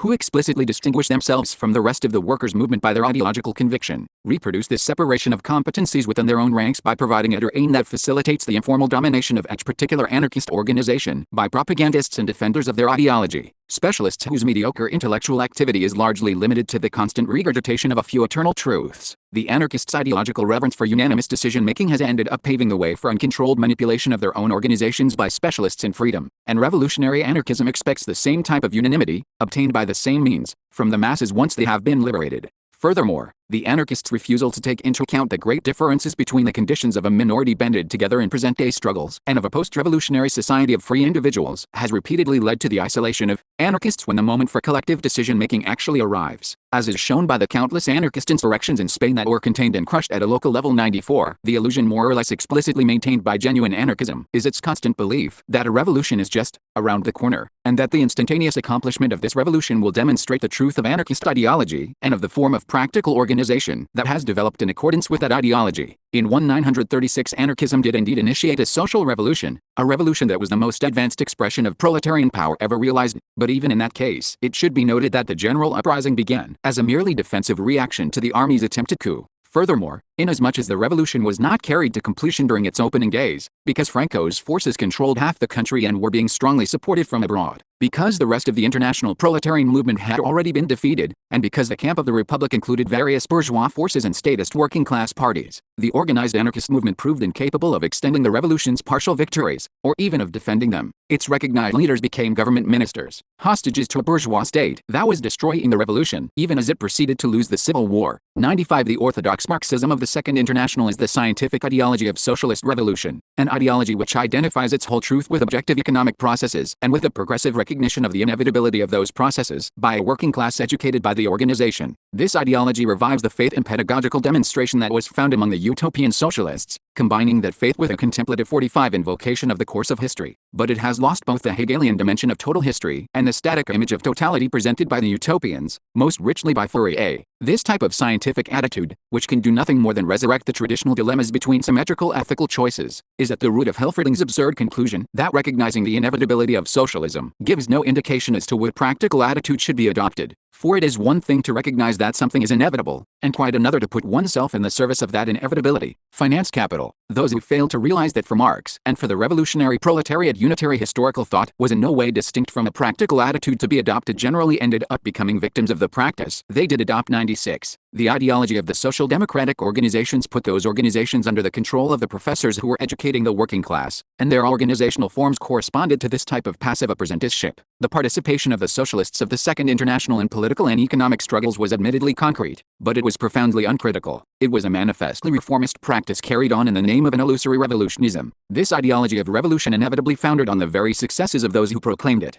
The elevation of socialist journalists and parliamentary representatives above the rest of the movement encouraged them to become habituated to a bourgeois lifestyle. Most of them had in any case been recruited from the bourgeois intelligentsia, while industrial workers who had been recruited out of struggles in the factories were transformed by the labor union bureaucracy into brokers of labor power, whose task was to make sure that that commodity was sold at a fair price. For the activity of all these people to have retained any appearance of being revolutionary, capitalism would have had to have turned out to be conveniently incapable of tolerating this economic reformism, despite the fact that it had no trouble tolerating the legalistic political expressions of the same reformism. The Social Democrat scientific ideology confidently affirmed that capitalism could not tolerate these economic reforms, but history repeatedly proved them wrong. 97. Bernstein, the Social Democrat least attached to political ideology and most openly attached to the methodology of bourgeois science, was honest enough to point out this contradiction, a contradiction which had also been revealed by the reformist movement of the English workers, who never bothered to invoke any revolutionary ideology. But it was historical development itself which ultimately provided a definitive demonstration. Although full of illusions in other regards, Bernstein had denied that a crisis of capitalist production would miraculously force the hand of the socialists, who wanted to inherit the revolution, only by way of this orthodox ritual. The profound social upheaval provoked by World War I, though it led to widespread awakenings of radical consciousness, twice demonstrated that the social democratic hierarchy had failed to provide the German workers with a revolutionary education capable of turning them into theorists. First, when the overwhelming majority of the party rallied to the imperialist war, then, following the German defeat, when the party crushed the Spartacist revolutionaries. The ex-worker Debord, who had become one of the social democratic leaders, apparently still believed in sin since he admitted that he hated revolution like sin, and he proved himself a fitting precursor of the socialist representation that was soon to emerge as the mortal enemy of the proletariat in Russia and elsewhere. When he accurately summed up the essence of this new form of alienation, socialism means working a lot. 98 As a Marxist thinker, Lenin was simply a faithful and consistent Trotskyist who applied the revolutionary ideology of orthodox Marxism within the conditions existing in Russia, conditions which did not lend themselves to the reformist practice carried on elsewhere by the Second International. The Bolshevik practice of directing the proletariat from outside, by means of a disciplined underground party under the control of intellectuals who had become professional revolutionaries, became a new profession. A profession that refused to negotiate or compromise with any of the professional ruling strata of capitalist society. The Tsarist regime was in any case incapable of offering any opportunities for such compromise, which depends on an advanced stage of bourgeois power. As a result of this intransigence, the Bolsheviks ended up practicing the profession of totalitarian social domination. 99 With the war and the collapse of international social democracy in the face of that war, the authoritarian ideological radicalism of the Bolsheviks was able to spread its influence all over the world. The bloody end of the democratic illusions of the workers' movement transformed the entire world into Russia, and Bolshevism, reigning over the first revolutionary breakthrough engendered by this period of crisis, offered its hierarchical and ideological model to the proletariat of all countries, urging them to adopt it in order to speak Russian to their own ruling classes. Lenin did not reproach the Marxism of the Second International for being a revolutionary ideology, but for ceasing to be a revolutionary ideology. 100 The historical moment when Bolshevism triumphed for itself in Russia and social democracy fought victoriously for the old world marks the inauguration of the state of affairs that is, at the heart of the modern spectacle's domination. The representation of the working class has become an enemy of the working class. 101 In all previous revolutions, wrote Rosa Luxemburg in Der Rote Fahne of December 2, 1918, the combatants faced each other openly and directly, class against class, program against program. In the present revolution, the troops protecting the old order are not fighting under the insignia of the ruling class, but under the banner of a social democratic party. If the central question of revolution was posed openly and honestly, capitalism or socialism, the great mass of the proletariat would today have no doubts or hesitations. Thus, a few days before its destruction, the radical current of the German proletariat discovered the secret of the new conditions engendered by the whole process that had gone before, a development to which the representation of the working class had greatly contributed, the spectacular organization of the ruling order's defense. The social reign of appearances where no central question can any longer be posed openly and honestly. The revolutionary representation of the proletariat had at this stage become both the primary cause and the central result of the general falsification of society. 102 The organization of the proletariat on a Bolshevik model resulted from the backwardness of Russia and from the abandonment of revolutionary struggle by the workers' movements of the advanced countries, and those same backward conditions also tended to foster the counter-revolutionary aspects that form of organization had unconsciously contained from its inception. The repeated failure of the mass of the European workers' movement to take advantage of the high ROTUS, high SALTA of the 1918-1920 period, a failure which included the violent destruction of its own radical minority, contributed to the consolidation of the Bolshevik development and enabled that fraudulent outcome to present itself to the world as the only possible proletarian solution. By seizing a state monopoly as sole representative and defender of working class power, the Bolshevik Party justified itself and became what it already was, the party of the owners of the proletariat, a party ownership that essentially eliminated earlier forms of property. 103 For 20 years the various tendencies of Russian social democracy had engaged in an unresolved debate over all the conditions that might bear on the overthrow of the Tsarist regime: the weakness of the bourgeoisie, the preponderance of the peasant majority, and the potentially decisive role of a proletariat which was concentrated and combative, but which constituted only a small minority of the population. This debate was eventually resolved in practice by a factor that had not figured in any of the hypotheses: a revolutionary bureaucracy that placed itself at the head of the proletariat, seized state power, and proceeded to impose a new form of class domination. A strictly bourgeois revolution had been impossible. Talk of a democratic dictatorship of workers and peasants was meaningless for Biage, and the proletarian power of the Soviets could not simultaneously maintain itself against the class of small landowners, against the national and international white reaction, and against its own representation, which had become externalized and alienated in the form of a working-class party that maintained total control over the state, the economy, the means of expression, and soon even over people's thoughts. Trotsky and Parvus's theory of permanent revolution, which Lenin adopted in April 1917, was the only theory that proved true for countries with underdeveloped bourgeoisies, but it became true only after this unforeseen factor of bureaucratic class power came into the picture. In the numerous conflicts within the Bolshevik leadership, Lenin was the most consistent advocate of concentrating dictatorial power in the hands of the supreme ideological representation. Lenin was right every time in the sense that he invariably supported the solution implied by the earlier choices of the minority that now exercised absolute power. The democracy that was kept from the peasants by means of the state would have to be kept from the workers as well,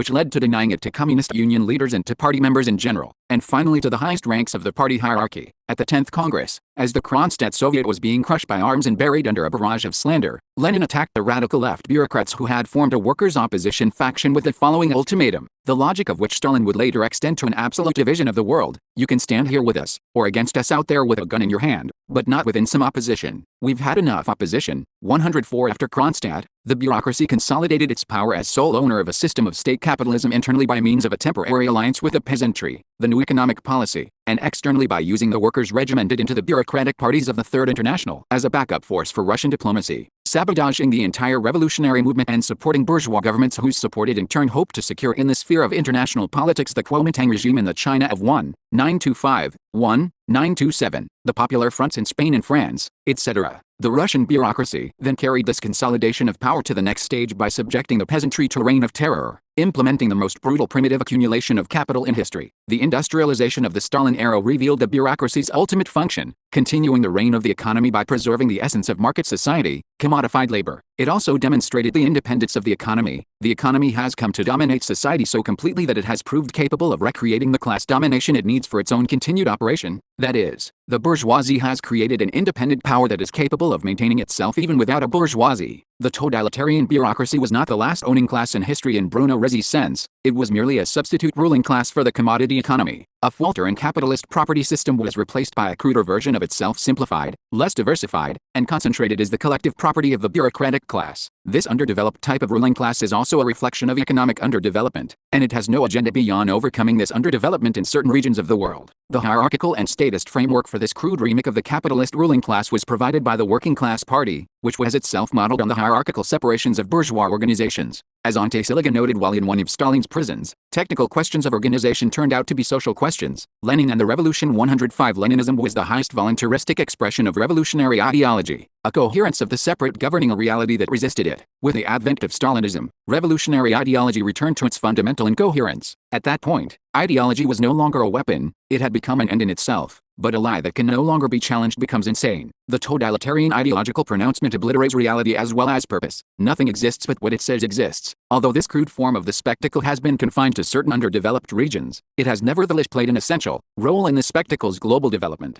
This particular materialization of ideology did not transform the world economically, as did advanced capitalism. It simply used police-state methods to transform people's perception of the world. 106. The ruling totalitarian ideological class is the ruler of a world turned upside down. The more powerful the class, the more it claims not to exist, and its power is employed above all to enforce this claim. It is modest only on this one point, however, because this officially non-existent bureaucracy simultaneously attributes the crowning achievements of history to its own infallible leadership. Though its existence is everywhere in evidence, the bureaucracy must be invisible as a class. As a result, all social life becomes insane. The social organization of total falsehood stems from this fundamental contradiction. 107 Stalinism was also a reign of terror within the bureaucratic class. The terrorism on which this class's power was based inevitably came to strike the class itself, because this class has no juridical legitimacy, no legally recognized status as an owning class which could be extended to each of its members. Its ownership has to be masked because it is based on false consciousness. This false consciousness can maintain its total power only by means of a total reign of terror, in which all real motives are ultimately obscured. The members of the ruling bureaucratic class have the right of ownership over society only collectively. As participants in a fundamental lie, they have to play the role of the proletariat governing a socialist society. They have to be actors faithful to a script of ideological betrayal. Yet they cannot actually participate in this counterfeit entity unless their legitimacy is validated. No bureaucrat can individually assert his right to power, because to prove himself a socialist proletarian, he would have to demonstrate that he was the opposite of a bureaucrat. While to prove himself a bureaucrat is impossible because the bureaucracy's official line is that there is no bureaucracy. Each bureaucrat is thus totally dependent on the central seal of legitimacy provided by the ruling ideology, which validates the collective participation in its socialist regime of all the bureaucrats it does not liquidate. Although the bureaucrats are collectively empowered to make all social decisions, the cohesion of their own class can be ensured only by the concentration of their terrorist power in a single person. In this person resides the only practical truth of the ruling lie, the power to determine an unchallengeable boundary line which is nevertheless constantly being adjusted. Stalin decides without appeal who is and who is not a member of the ruling bureaucracy, who should be considered a proletarian in power, and who branded a traitor in the pay of Wall Street and the Mikado. The atomized bureaucrats can find their collective legitimacy only in the person of Stalin, the lord of the world, who thus comes to see himself as the absolute person, for whom no superior spirit exists. The lord and master of the world recognizes his own nature omnipresent power through the destructive violence he exerts against the contrastingly powerless selfhood of his subjects. He is the power that defines their aim of domination. and he is also the power that ravages that terrain. 108 When ideology has become total through its possession of total power, and has changed from partial truth to totalitarian falsehood, historical thought has been so totally annihilated that history itself, even at the level of the most empirical knowledge, can no longer exist. Totalitarian bureaucratic society lives in a perpetual present in which whatever has previously happened exists for it solely as a space accessible to its police.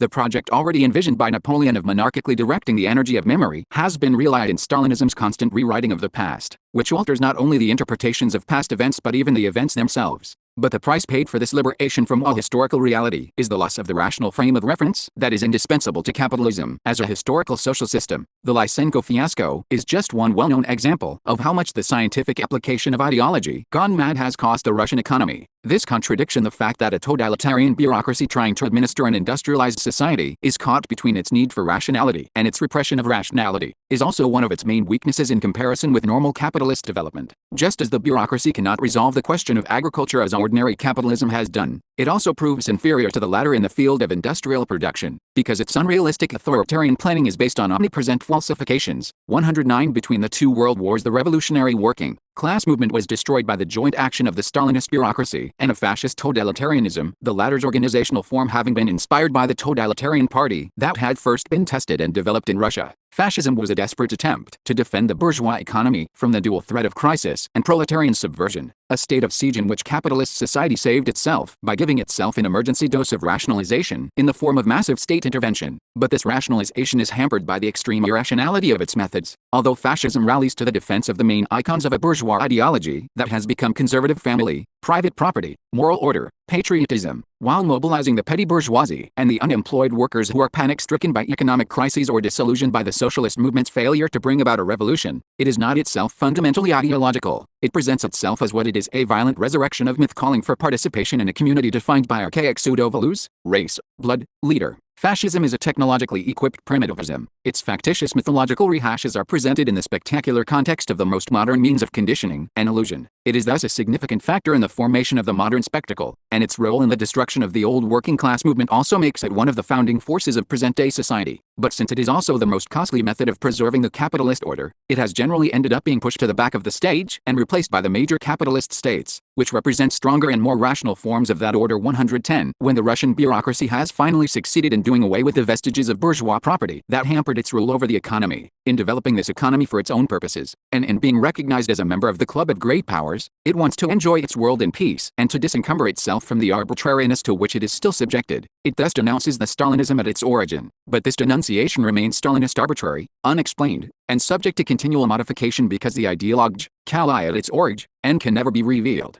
The bureaucracy cannot liberalize itself either culturally or politically because its existence as a class depends on its ideological monopoly, which, for all its cumbersomeness, is its sole title to ownership. This ideology has lost the passion of its original expression, but its passionless routinization still has the repressive function of controlling all thought and prohibiting any competition whatsoever. The bureaucracy is thus helplessly tied to an ideology that is no longer believed by anyone. The power that used to inspire terror now inspires ridicule, but this ridiculed power must still defend itself with the threat of resorting to the terrorizing force it would like to be rid of. Thus, at the very time when the bureaucracy hopes to demonstrate its superiority on the terrain of capitalism, it reveals itself to be a poor cousin of capitalism. Just as its actual history contradicts its facade of legality and its crudely maintained ignorance contradicts its scientific pretensions, its attempt to vie with the bourgeoisie in the production of commodity abundance is stymied by the fact that such abundance contains its own implicit ideology and is generally accompanied by the freedom to choose from an unlimited range of spectacular pseudo-alternatives, a pseudo-freedom that remains incompatible with the bureaucracy's ideology. 111 The bureaucracy's ideological title to ownership is already collapsing at the international level. The power that established itself nationally in the name of an ostensibly internationalist perspective is now forced to recognize that it can no longer impose its system of lies beyond its own national borders.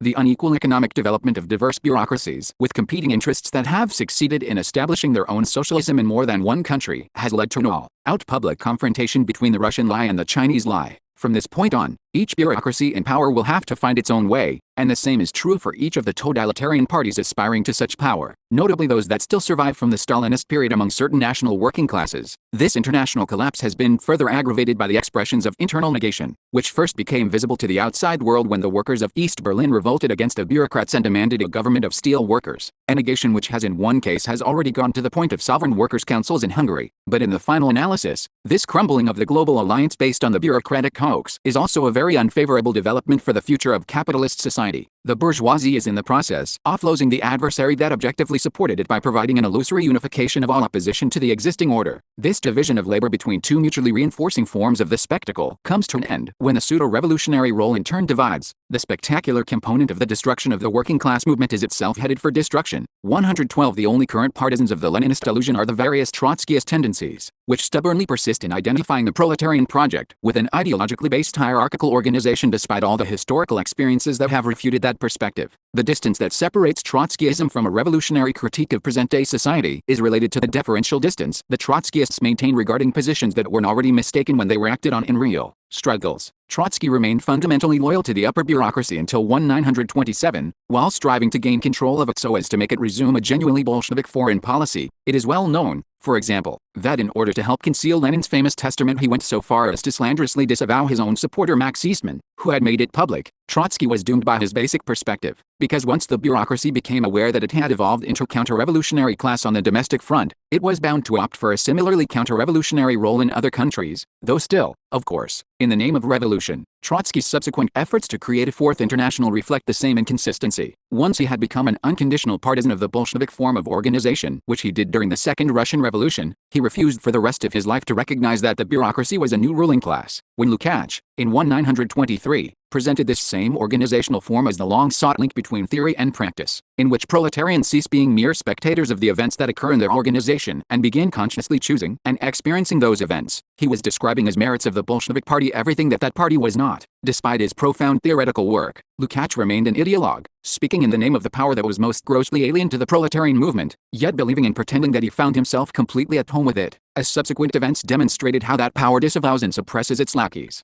Lukács's endless self-repudiations revealed with caricatural clarity that he had identified with the total opposite of himself and of everything he had argued for in history and class consciousness. No one better than Lukács illustrates the validity of the fundamental rule for assessing all the intellectuals of this century. What they respect is a precise measure of their own degradation. Yet Lenin had hardly encouraged these sorts of illusions about his activities. On the contrary, he acknowledged that a political party cannot examine its members to see if there are contradictions between their philosophy and the party program. The party whose idealized portrait Lukács had so inopportunely drawn was in reality suited for only one very specific and limited task, the seizure of state power. 113. Since the neo-Leninist illusion carried on by present-day Trotskyism is constantly being contradicted by the reality of modern capitalist societies, both bourgeois and bureaucratic, it is not surprising that it gets its most favorable reception in the nominally independent underdeveloped countries, where the local ruling classes' versions of bureaucratic state socialism end up amounting to little more than a mere ideology of economic development. The hybrid composition of these ruling classes tends to correspond to their position within the bourgeois bureaucratic spectrum. Their international maneuvering between those two poles of capitalist power, along with their numerous ideological compromises, notably with Islam stemming from their heterogeneous social basis, end up removing from these degraded versions of ideological socialism everything serious except the police. One type of bureaucracy establishes itself by forging an organization capable of combining national struggle with agrarian peasant revolt. It then, as in China, tends to apply the Stalinist model of industrialization in societies that are even less developed than Russia was in 1917. A bureaucracy able to industrialize the nation may also develop out of the petty bourgeoisie, with power being seized by army officers, as happened in Egypt. In other situations, such as the aftermath of the Algerian War of Independence, a bureaucracy that has established itself as a para-state authority in the course of struggle may seek a stabilizing compromise by merging with a weak national bourgeoisie. Finally, in the former colonies of Black Africa that remain openly tied to the American and European bourgeoisie, a local bourgeoisie constitutes itself, usually forming around the traditional tribal chiefs. Through its possession of the state, foreign imperialism remains the real master of the economy of these countries, but at a certain stage its native agents are rewarded for their sale of local products by being granted possession of a local state, a state that is independent from the local masses but not from imperialism, incapable of accumulating capital. This artificial bourgeoisie does nothing but squander the surplus value it extracts from local labor and the subsidies it receives from the foreign states and international monopolies that are its protectors. Because of the obvious inability of these bourgeois classes to fulfill the normal economic functions of a bourgeoisie, they soon find themselves challenged by oppositional movements based on the bureaucratic model more or less adapted to particular local conditions. But if such bureaucracies succeed in their fundamental project of industrialization, they produce the historical conditions for their own defeat. By accumulating capital they also accumulate a proletariat, thus creating their own negation in countries where that negation had not previously existed. 114. In the course of this complex and terrible evolution, which has brought the era of class struggles to a new set of conditions, The proletariat of the industrial countries has lost its ability to assert its own independent perspective. In a fundamental sense, it has also lost its illusions, but it has not lost its being. The proletariat has not been eliminated. It remains irreducibly present within the intensified alien cheyenne of modern capitalism. It consists of that vast majority of workers who have lost all power over their lives and who, once they become aware of this, redefine themselves as the proletariat, the force working to negate this society from within. This proletariat is being objectively reinforced by the virtual elimination of the peasantry and by the increasing degree to which the service sectors and intellectual professions are being subjected to factory-like working conditions. Subjectively, however, this proletariat is still far removed from any practical class consciousness, and this goes not only for white-collar workers but also for blue-collar workers, who have yet to become aware of any perspective beyond the impotence and deceptions of the old politics. But when the proletariat discovers that its own externalized power contributes to the constant reinforcement of capitalist society, no longer only in the form of its alienated labor, but also in the form of the labor unions, political parties, and state powers that it had created in the effort to liberate itself, it also discovers through concrete historical experience that it is the class that must totally oppose all rigidified externalizations and all specializations of power. It bears a revolution that cannot leave anything outside itself, a revolution embodying the permanent domination of the present over the past and a total critique of separation, and it must discover the appropriate forms of action to carry out this revolution. No quantitative amelioration of its impoverishment, no illusory participation in a hierarchized system, can provide a lasting cure for its dissatisfaction, because the proletariat cannot truly recognize itself in any particular wrong it has suffered, nor in the righting of any particular wrong. It cannot recognize itself even in the righting of many such wrongs, but only in the righting of the absolute wrong of being excluded from any real life.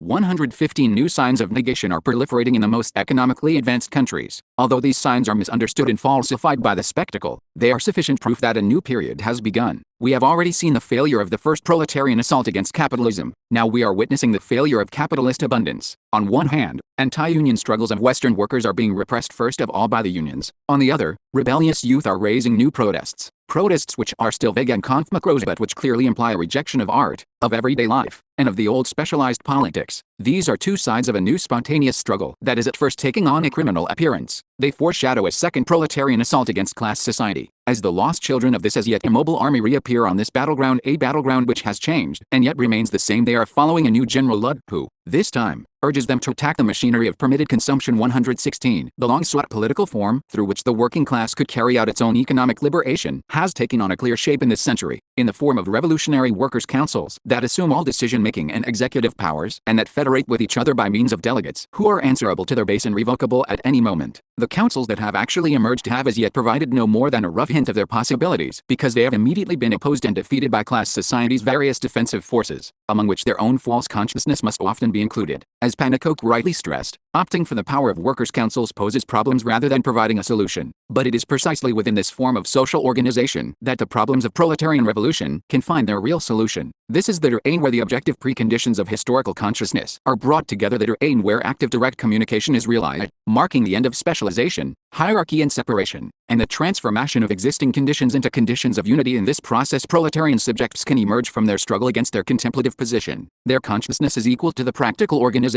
they have chosen for themselves, because this consciousness has become inseparable from coherent intervention in history. 117. With the power of the councils, a power that must internationally supplant all other forms of power, the proletarian movement becomes its own product. This product is nothing other than the producers themselves, whose goal has become nothing other than their own fulfillment. Only in this way can the spectacle's negation of life be negated in its turn. 118. The appearance of workers' councils during the first quarter of this century was the most advanced expression of the old proletarian movement, but it was unnoticed or forgotten, except in travestied forms, because it was repressed and destroyed along with all the rest of the movement. Now, from the vantage point of the new stage of proletarian critique, the councils can be seen in their true light as the only undefeated aspect of a defeated movement. The historical consciousness that recognizes that the councils are the only terrain in which it can thrive can now see that they are no longer at the periphery of a movement that is subsiding, but at the center of a movement that is rising. 119. A revolutionary organization that exists before the establishment of the power of workers' councils will discover its own appropriate form through struggle. But all these historical experiences have already made it clear that it cannot claim to represent the working class. Its task, rather, is to embody a radical separation from the world of separation. 120. Revolutionary organization is the coherent expression of the theory of praxis, entering into two-way communication with practical struggles.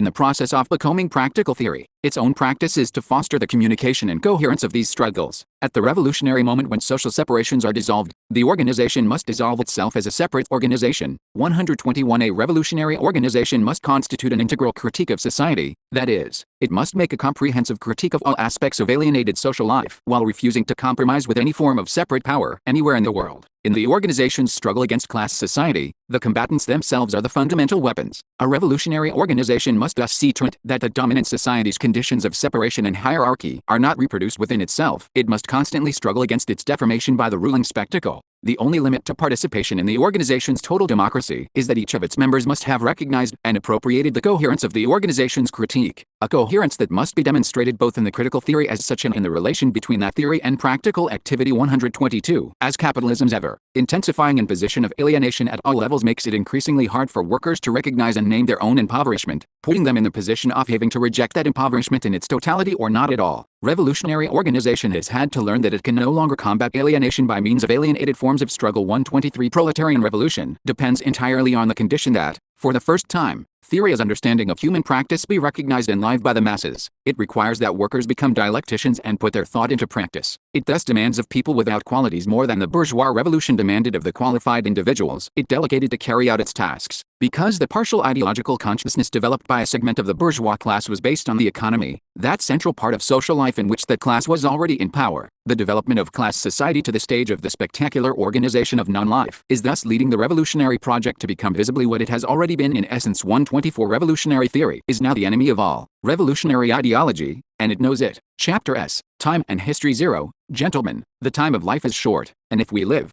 to tread on King's Shakespeare. Henry T.V. Part 1. 125. Man, the negative being who is solely to the extent that he suppresses being, is identical with time. Man's appropriation of his own nature is at the same time his grasp of the development of the universe. History is itself a real part of natural history, of the transformation of nature into man. Marx. Conversely, this natural history exists effectively only through the process of human history, the only vantage point from which one can take in that historical totality, like the modern telescope, whose power enables us to look back in time at the receding nebulas at the periphery of the universe. History has always existed, but not always in its historical form. The temporalization of humanity.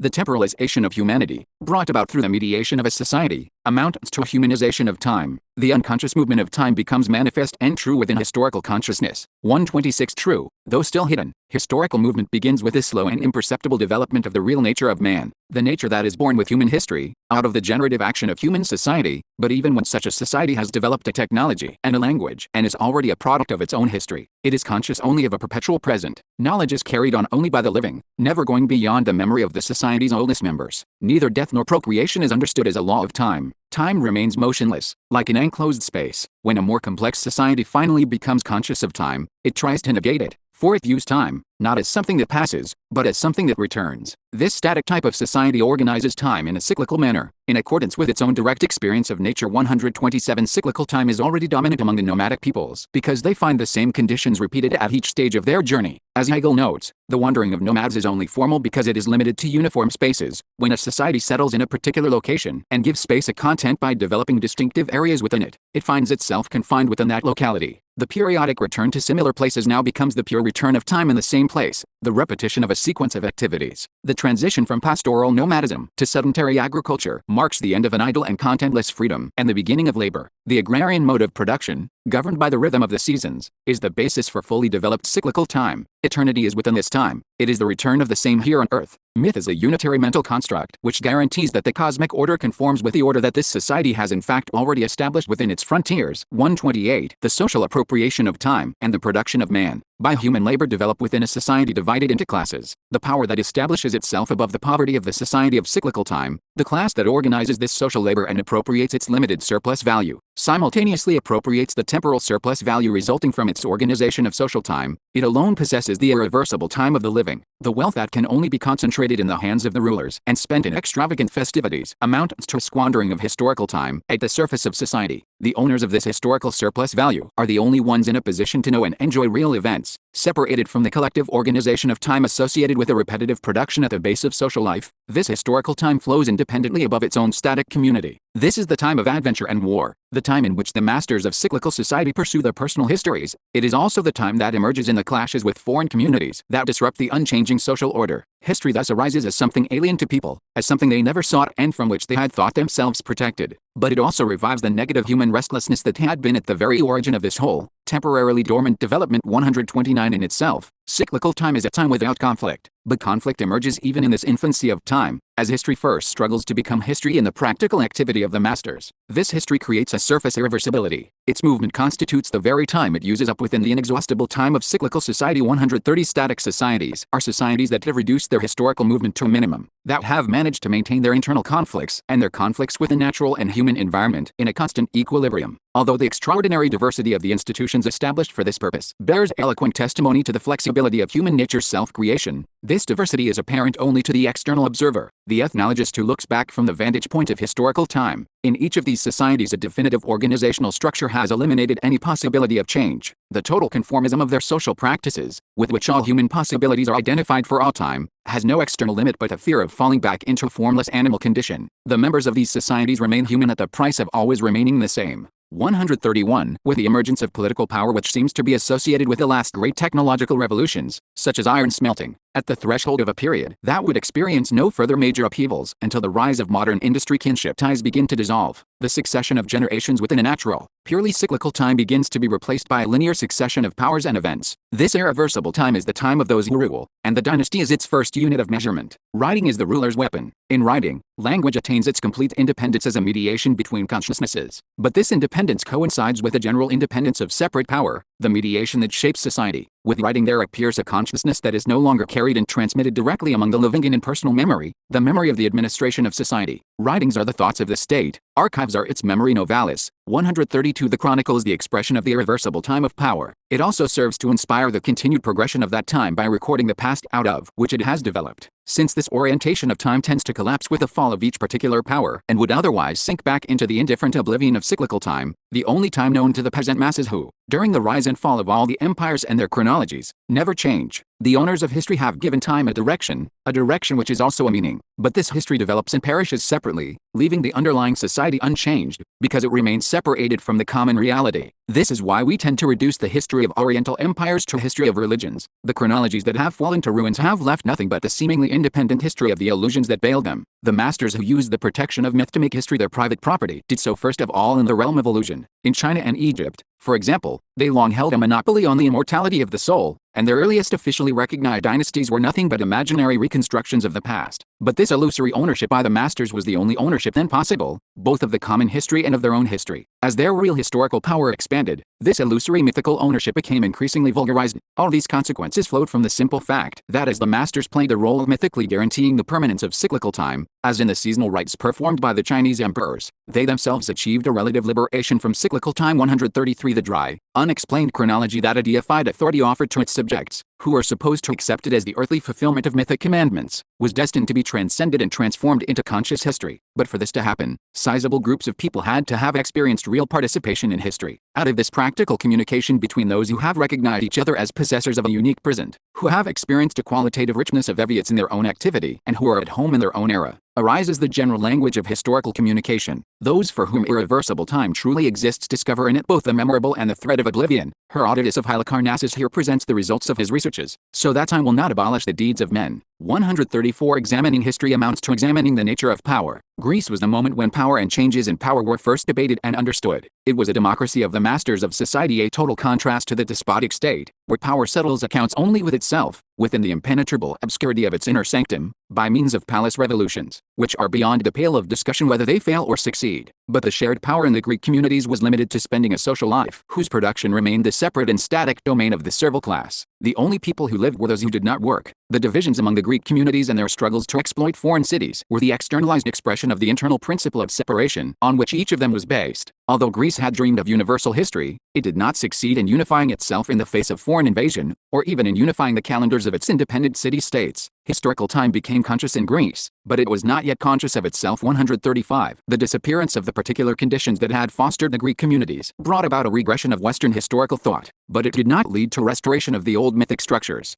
The clashes of the Mediterranean peoples and the rise and fall of the Roman state gave rise instead to semi-historical religions, which became a new armor for separate power and basic components of the new consciousness of time. 136. The monotheistic religions were a compromise between myth and history, between the cyclical time that still governed the sphere of production and the irreversible time that was the theater of conflicts and regroupings among different peoples. The religions that evolved out of Judaism were abstract universal acknowledgments of an irreversible time that had become democratized and open to all, but only in the realm of illusion. Time is totally oriented toward a single final event. The kingdom of God is coming soon. These religions were rooted in the soil of history, but they remained radically opposed to history. The semi-historical religions establish a qualitative point of departure in time, the birth of Christ, the flight of Muhammad, but their irreversible time, introducing an accumulation that would take the form of conquest in Islam and of increasing capital in Reformation. Christianity is inverted in religious thought and becomes a sort of countdown, waiting for time to run out before the last judgment and the advent of the other, true world. Eternity has emerged from cyclical time as something beyond it. It is also the element that restrains the irreversibility of time, suppressing history within history itself by positioning itself on the other side of irreversible time as a pure point into which cyclical time returns and disappears. Bossuet will still say, by way of time, which passes, we enter eternity, which does not pass. 137. The Middle Ages, an incomplete mythical world whose consummation lay outside itself, is the period when cyclical time, though still governing the major part of production, really begins to be undermined by history. An element of irreversible time is recognized in the successive stages of each individual's life. Life is seen as a one-way journey through a world whose meaning lies elsewhere. The pilgrim is the person who leaves cyclical time behind and actually becomes the traveler that everyone else is symbolically. Personal historical life still finds its fulfillment within the sphere of the ruling powers, in struggles waged by those powers or in struggles over disputed power, but the ruler's irreversible time is now shared to an unlimited degree due to the general unity brought about by the oriented time of the Christian era, a world of armed faith, where the adventures of the masters revolve around fealty and disputes over who owes fealty to whom. Feudal society was born from the merging of the organizational structures of the conquering armies that developed in the process of conquest with the productive forces found in the conquered regions. The German ideology and the factors contributing to the organization of those productive forces included the religious language in which they were expressed. Social domination was divided between the church and the state, the latter power being in turn subdivided in the complex relations of suzerainty and vassalage within and between rural domains and urban communities. This diversification of potential historical life reflected the gradual emergence following the failure of that great official enterprise of the medieval world, the Crusades, of the era's unnoticed innovation, the irreversible time that was silently undermining the society, the time experienced by the bourgeoisie in the production of commodities, in the foundation and expansion of cities, and in the commercial discovery of the planet, a practical experimentation that destroyed every mythical organization of the cosmos once and for all. 138. With the waning of the Middle Ages, the irreversible time that had invaded society was experienced by a consciousness still attached to the old order as an obsession with death. This was the melancholy of a world passing away, the last world where the security of myth still counterbalanced history, and for this melancholy all earthly things move inevitably toward decay. The great peasant revolts of Europe were also an attempt to respond to history, a history that was violently wresting the peasants from the patriarchal slumber that had been imposed by their feudal guardians. The millenarians' utopian aspiration of creating heaven on earth revived a dream that had been at the origin of the semi-historical religions, when the early Christian communities, like the Judaic messianism from which they had sprung, responded to the troubles and misfortunes of their time by envisioning the imminent realization of the kingdom of God, thereby adding an element of unrest and subversion to ancient society. When Christianity reached the point of sharing power within the empire, it denounced whatever still remained of this hope as mere superstition.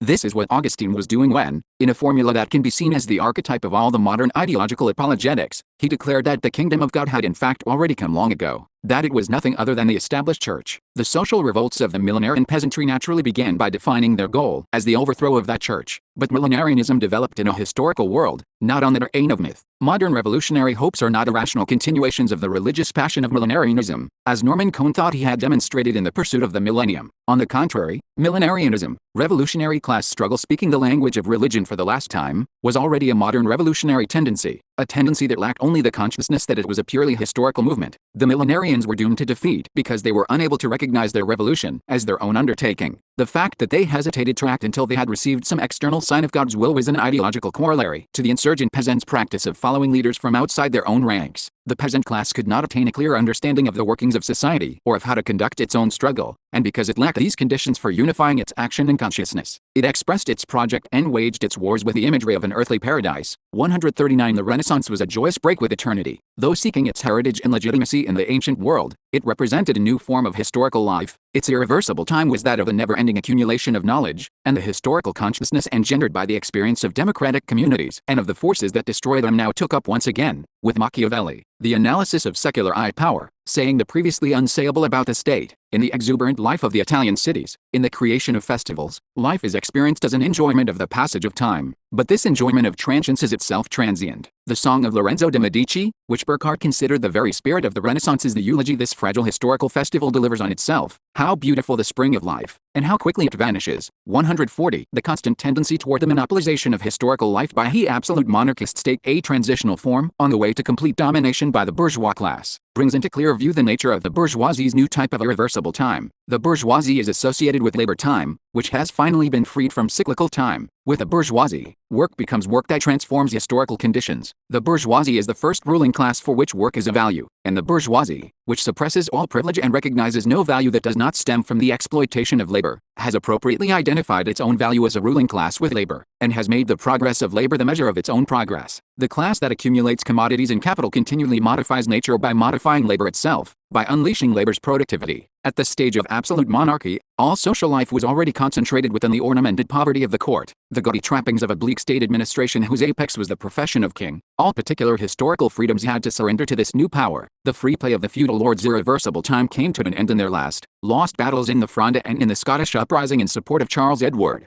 The world now had a new foundation. 141 The victory of the bourgeoisie is the victory of a profoundly historical time, because it is the time corresponding to an economic production that continuously transforms society from top to bottom. So long as agrarian production remained the predominant form of labor, the cyclical time that remained at the base of society reinforced the joint forces of tradition, which tended to hold back any historical movement. But the irreversible time of the bourgeois economy eradicates those vestiges throughout the world. History, which until then had seemed to involve only the actions of individual members of the ruling class, and which had thus been recorded as a mere chronology of events, is now understood as a general movement, a relentless movement that crushes any individuals in its path. By discovering its basis in political economy, history becomes aware of what had previously been unconscious, but its basis remains unconscious because it cannot be brought to light. This blind prehistory, this new fate that no one controls, is the only thing that the commodity economy has democratized. 142 The history that is present in all the depths of society tends to become invisible at the surface. The triumph of irreversible time is also its metamorphosis into time of things, because its victory was brought about by the mass production of objects in accordance with the laws of the commodity. The main product that economic development has transformed from a luxurious rarity to a commonly consumed item is thus history itself, but only in the form of the history of the abstract movement of things that dominates all qualitative aspects of life. While the earlier cyclical time had supported an increasing degree of historical time lived by individuals and groups, the irreversible time of production tends to socially eliminate such lifetime. 143 The bourgeoisie has thus made irreversible historical time known and has imposed it on society, but it has prevented society from using it. Once there was history, but not anymore, because the class of owners of the economy, which is inextricably tied to economic history, must repress every other irreversible use of time because it is directly threatened by them all. The ruling class, made up of specialists in the possession of things who are themselves therefore possessed by things, is forced to link its fate with the preservation of this reified history, that is, with the preservation of a new immobility within history. Meanwhile, the worker at the base of society is for the first time not materially estranged from history, because the irreversible movement is now generated from that base. By demanding to live the historical time that it produces, the proletariat discovers the simple, unforgettable core of its revolutionary project, and each previously defeated attempt to carry out this project represents a possible point of departure for a new historical life. 144 The irreversible time of the bourgeoisie that had just seized power was at first called by its own name, and assigned an absolute origin, year 1 of the Republic. But the revolutionary ideology of general freedom that had served to overthrow the last remnants of the myth-based ordering of values, along with all the traditional forms of social control, was already unable to completely conceal the real goal that it had draped in Roman costume: unrestricted freedom of trade. Commodity society, discovering its need to restore the passivity that it had so profoundly shaken in order to establish its own unchallenged rule, now found that, For its purposes, Christianity with its cult of man in the abstract, is the most fitting form of religion. Capital. The bourgeoisie thus entered into a compromise with its religion, a compromise also reflected in its presentation of time. The revolutionary calendar was abandoned and irreversible time returned to the straitjacket of a duly extended Christian era. 145 With the development of capitalism, irreversible time has become globally unified. Universal history becomes a reality because the entire world is brought under the sway of this time's development. But this history that is everywhere simultaneously, the same is as yet nothing but an intra-historical rejection of history. What appears the world over as the same day is merely the time of economic production, time cut up into equal abstract fragments. This unified irreversible time is the time of the global market, and thus also the time of the global spectacle. 146 The irreversible time of production is first of all the measure of commodities. The time officially recognized throughout the world as the general time of society actually only reflects the specialized interests that constitute it, and this is merely one particular type of time. Chapter 6 Spectacular time. We have nothing of our own except time, which even the homeless can experience. Baltasar Gracian, The Art of Worldly Wisdom. 147 The time of production. Commodified time is an infinite accumulation of equivalent intervals. It is a reversible time made abstract, in which each segment need only demonstrate by the clock its purely quantitative equality with all the others. It has no reality apart from its exchangeability. Under the social reign of commodified time, time is everything, man is nothing, he is at most the carcass of time, the poverty of philosophy. This devalued time is the complete opposite of time as terrain of human development. 148 This general time of human non-development also has a complementary aspect, a consumable form of time based on the present mode of production and manifesting itself in everyday life as a pseudo-cyclical time. 149 This pseudo-cyclical time is in fact merely a consumable disguise of the production system's commodified time. It exhibits the latter's essential traits, homogeneous exchangeable units and suppression of any qualitative dimension, but as a byproduct of commodified time whose function is to promote and maintain the backwardness of everyday life. It is loaded with pseudo-valorizations and manifests itself as a succession of pseudo-individualized moments. 150 Pseudo-cyclical time is associated with a consumption of modern economic survival, the augmented survival in which everyday experience is cut off from decision-making and subjected no longer to the natural order, but to the pseudo-nature created by alienated labor. It is thus quite natural that it echoes the old cyclical rhythm that governs survival in pre-industrial societies, incorporating the natural vestiges of cyclical time while generating new variants, day and night, work and weekend, periodic vacations. 151 Pseudo-cyclical time is a time that has been transformed by industry. The time based on commodity production is itself a consumable commodity, one that recombines everything that the disintegration of the old unitary societies had differentiated into private life, economic life, political life. The entire consumable time of modern society ends up being treated as a raw material for various new products put on the market as socially controlled uses of time. A product that already exists in a form suitable for consumption may nevertheless serve as raw material for some other product. Capital. 152 In its most advanced sectors, concentrated capitalism is increasingly tending to market fully equipped blocks of time, each functioning as a unified commodity combining a variety of other commodities. In the expanding economy of services and leisure activities, the payment for these blocks of time is equally unified, everything's included, whether it is a matter of spectacular living environments, touristic pseudo-travel, subscriptions to cultural consumption, or even the sale of sociability itself in the form of exciting conversations and meetings with celebrities. Spectacular commodities of this type, which would obviously never sell were it not for the increasing impoverishment of the realities they parody, just as obviously reflect the modernization of sales techniques by being payable on credit. 153 Consumable pseudo-cyclical time is spectacular time, both in the narrow sense as time spent consuming images and in the broader sense as image of the consumption of time. The time spent consuming images, images which in turn serve to publicize all the other commodities, is both the particular terrain where the spectacle's mechanisms are most fully implemented and the general goal that those mechanisms present, the focus and epitome of all particular consumptions. Thus, the time that modern society is constantly seeking to save by increasing transportation speeds or using packaged soups ends up being spent by the American population in watching television 3 to 6 hours a day. As for the social image of the consumption of time, it is exclusively dominated by leisure time and vacations moments portrayed, like all spectacular commodities, at a distance and is desirable by definition. These commodified moments are explicitly presented as moments of real life, whose cyclical return we are supposed to look forward to. But all that is really happening is that the spectacle is displaying and reproducing itself at a higher level of intensity. What is presented as true life turns out to be merely a more truly spectacular life. 154 Although the present age presents its time to itself as a series of frequently recurring festivities, it is an age that knows nothing of real festivals. The moments within cyclical time when members of a community join together in a luxurious expenditure of life are impossible for a society that lacks both community and luxury. Its vulgarized pseudo-festivals are parodies of real dialogue and gift-giving. They may incite waves of excessive economic spending, but they lead to nothing but disillusionments, which can be compensated only by the promise of some new disillusion to come. The less use value is present in the time of modern survival, the more highly it is exalted in the spectacle. The reality of time has been replaced by the publicity of time. 155. While the consumption of cyclical time in ancient societies was consistent with the real labor of those societies, the pseudo-cyclical consumption of developed economies contradicts the abstract irreversible time implicit in their system of production. Cyclical time was the really live time of unchanging illusions. Spectacular time is the illusorily live time of a constantly changing reality. 156. The production process's constant innovations are not echoed in consumption, which presents nothing but an expanded repetition of the past. Because dead labor continues to dominate living labor, in spectacular time the past continues to dominate the present. 157. The lack of general historical life also means that individual life as yet has no history. The pseudo-events that vie for attention in spectacular dramatizations have not been lived by those who are informed about them, and in any case they are soon forgotten due to their increasingly frenetic replacement at every pulsation of the spectacular machinery. Conversely, what is really lived has no relation to the society's official version of irreversible time,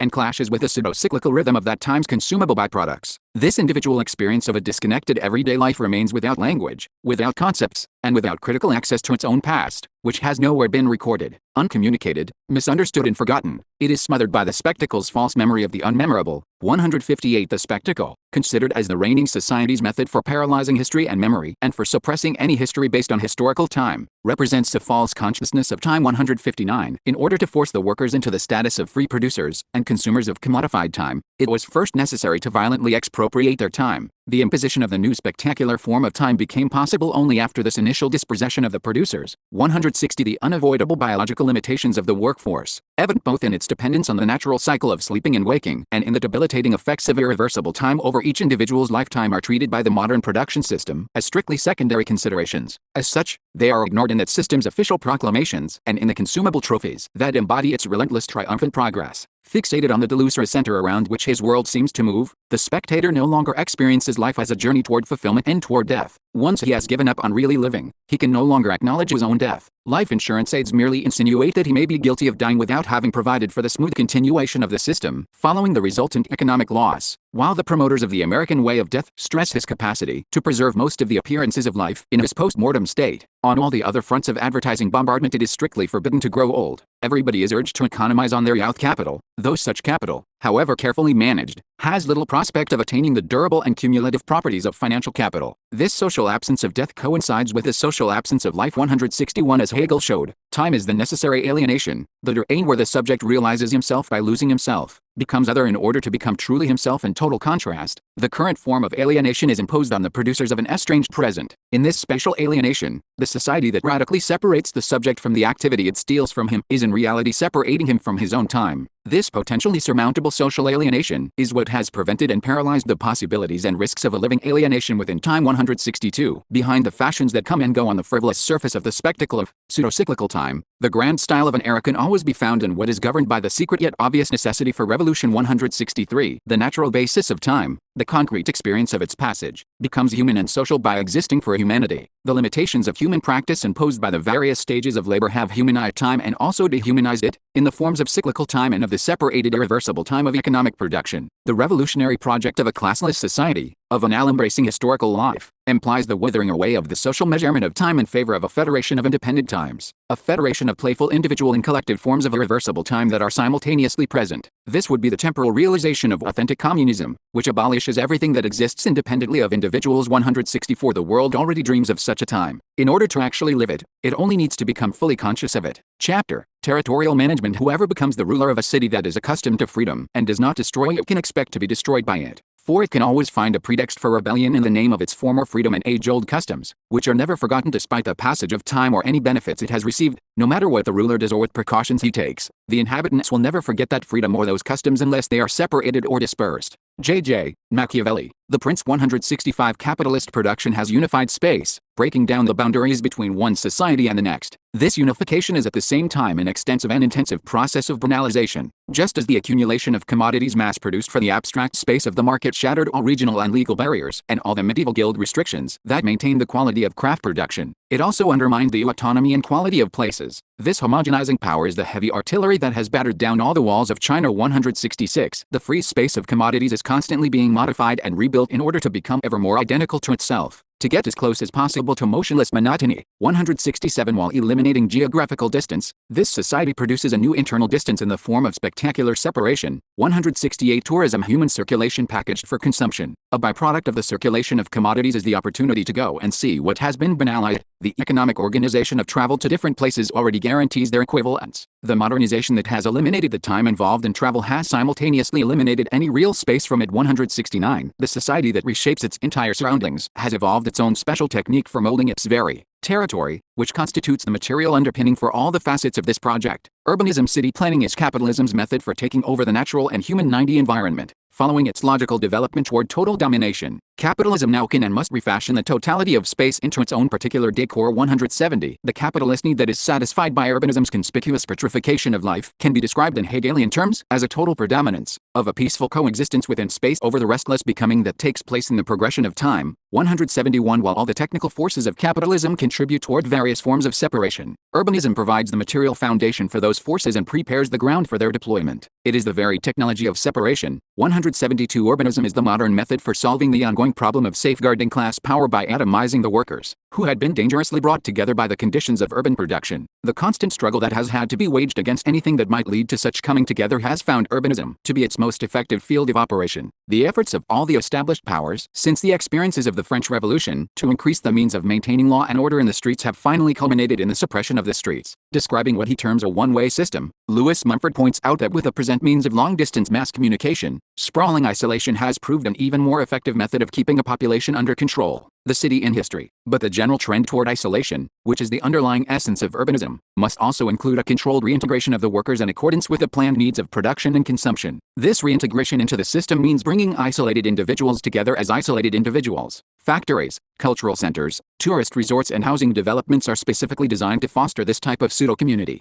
The same collective isolation prevails even within the family cell, where the omnipresent receivers of spectacular messages fill the isolation with the dominant images that derive their full power precisely from that isolation. 173 In all previous periods, architectural innovations were designed exclusively for the ruling classes. Now for the first time a new architecture has been designed specifically for the poor. The aesthetic poverty and vast proliferation of this new experience in habitation stem from its mass character, which character in turn stems both from its function and from the modern conditions of construction. The obvious core of these conditions is the authoritarian decision-making, which abstractly converts the environment into an environment of abstraction. The same architecture appears everywhere as soon as industrialization has begun, even in the countries that are furthest behind in this regard, as an essential foundation for implanting the new type of social existence. The contradiction between the growth of society's material powers and the continued lack of progress toward any conscious control of those powers is revealed as glaringly by the developments of urbanism as by the issues of thermonuclear weapons or genetic modification, where the possibility of manipulating heredity is already on the horizon. 174 The self-destruction of the urban environment is already well underway. The explosion of cities into the countryside, covering it with what Mumford calls a formless mass of thinly spread semi-urban tissue, is directly governed by the imperatives of consumption. The dictatorship of the automobile, the pilot product of the first stage of commodity abundance, has left its mark on the landscape with the dominance of freeways, which tear up the old urban centers and promote an ever wider dispersal. Within this process, various forms of partially reconstituted urban fabric fleetingly crystallize around distribution factories, giant shopping centers erected in the middle of nowhere and surrounded by acres of parking space. These temples of frenetic consumption are subject to the same irresistible centrifugal momentum, which casts them aside as soon as they have engendered enough surrounding development to become overburdened secondary centers in their turn. But the technical organization of consumption is only the most visible aspect of the general process of decomposition that has brought the city to the point of consuming itself. 175 Economic history, whose entire previous development centered around the opposition between city and country, has now progressed to the point of nullifying both. As a result of the current paralysis of any historical development apart from the independent movement of the economy, the incipient disappearance of city and country does not represent a transcendence of their separation, but their simultaneous collapse. The mutual erosion of city and country, resulting from the failure of the historical movement through which existing urban reality could have been overcome, is reflected in the eclectic mixture of their decomposed fragments that blanket the most industrialized regions of the world. 176 Universal history was born in cities, and it reached maturity with the city's decisive victory over the country. For Marx, one of the greatest revolutionary merits of the bourgeoisie was the fact that it subjected the country to the city, whose very air is liberating. But if the history of the city is a history of freedom, it is also a history of tyranny, a history of state administrations, controlling not only the countryside but the cities themselves. The city has been the historical battleground of the struggle for freedom, but it has yet to host its victory. The city is the focal point of history because it embodies both a concentration of social power, which is what makes historical enterprises possible, and a consciousness of the past. The current destruction of the city is thus merely one more reflection of humanity's failure, thus far, to subordinate the economy to historical consciousness, of society's failure to unify itself by reappropriating the powers that have been alienated from it. 177. The country represents the complete opposite,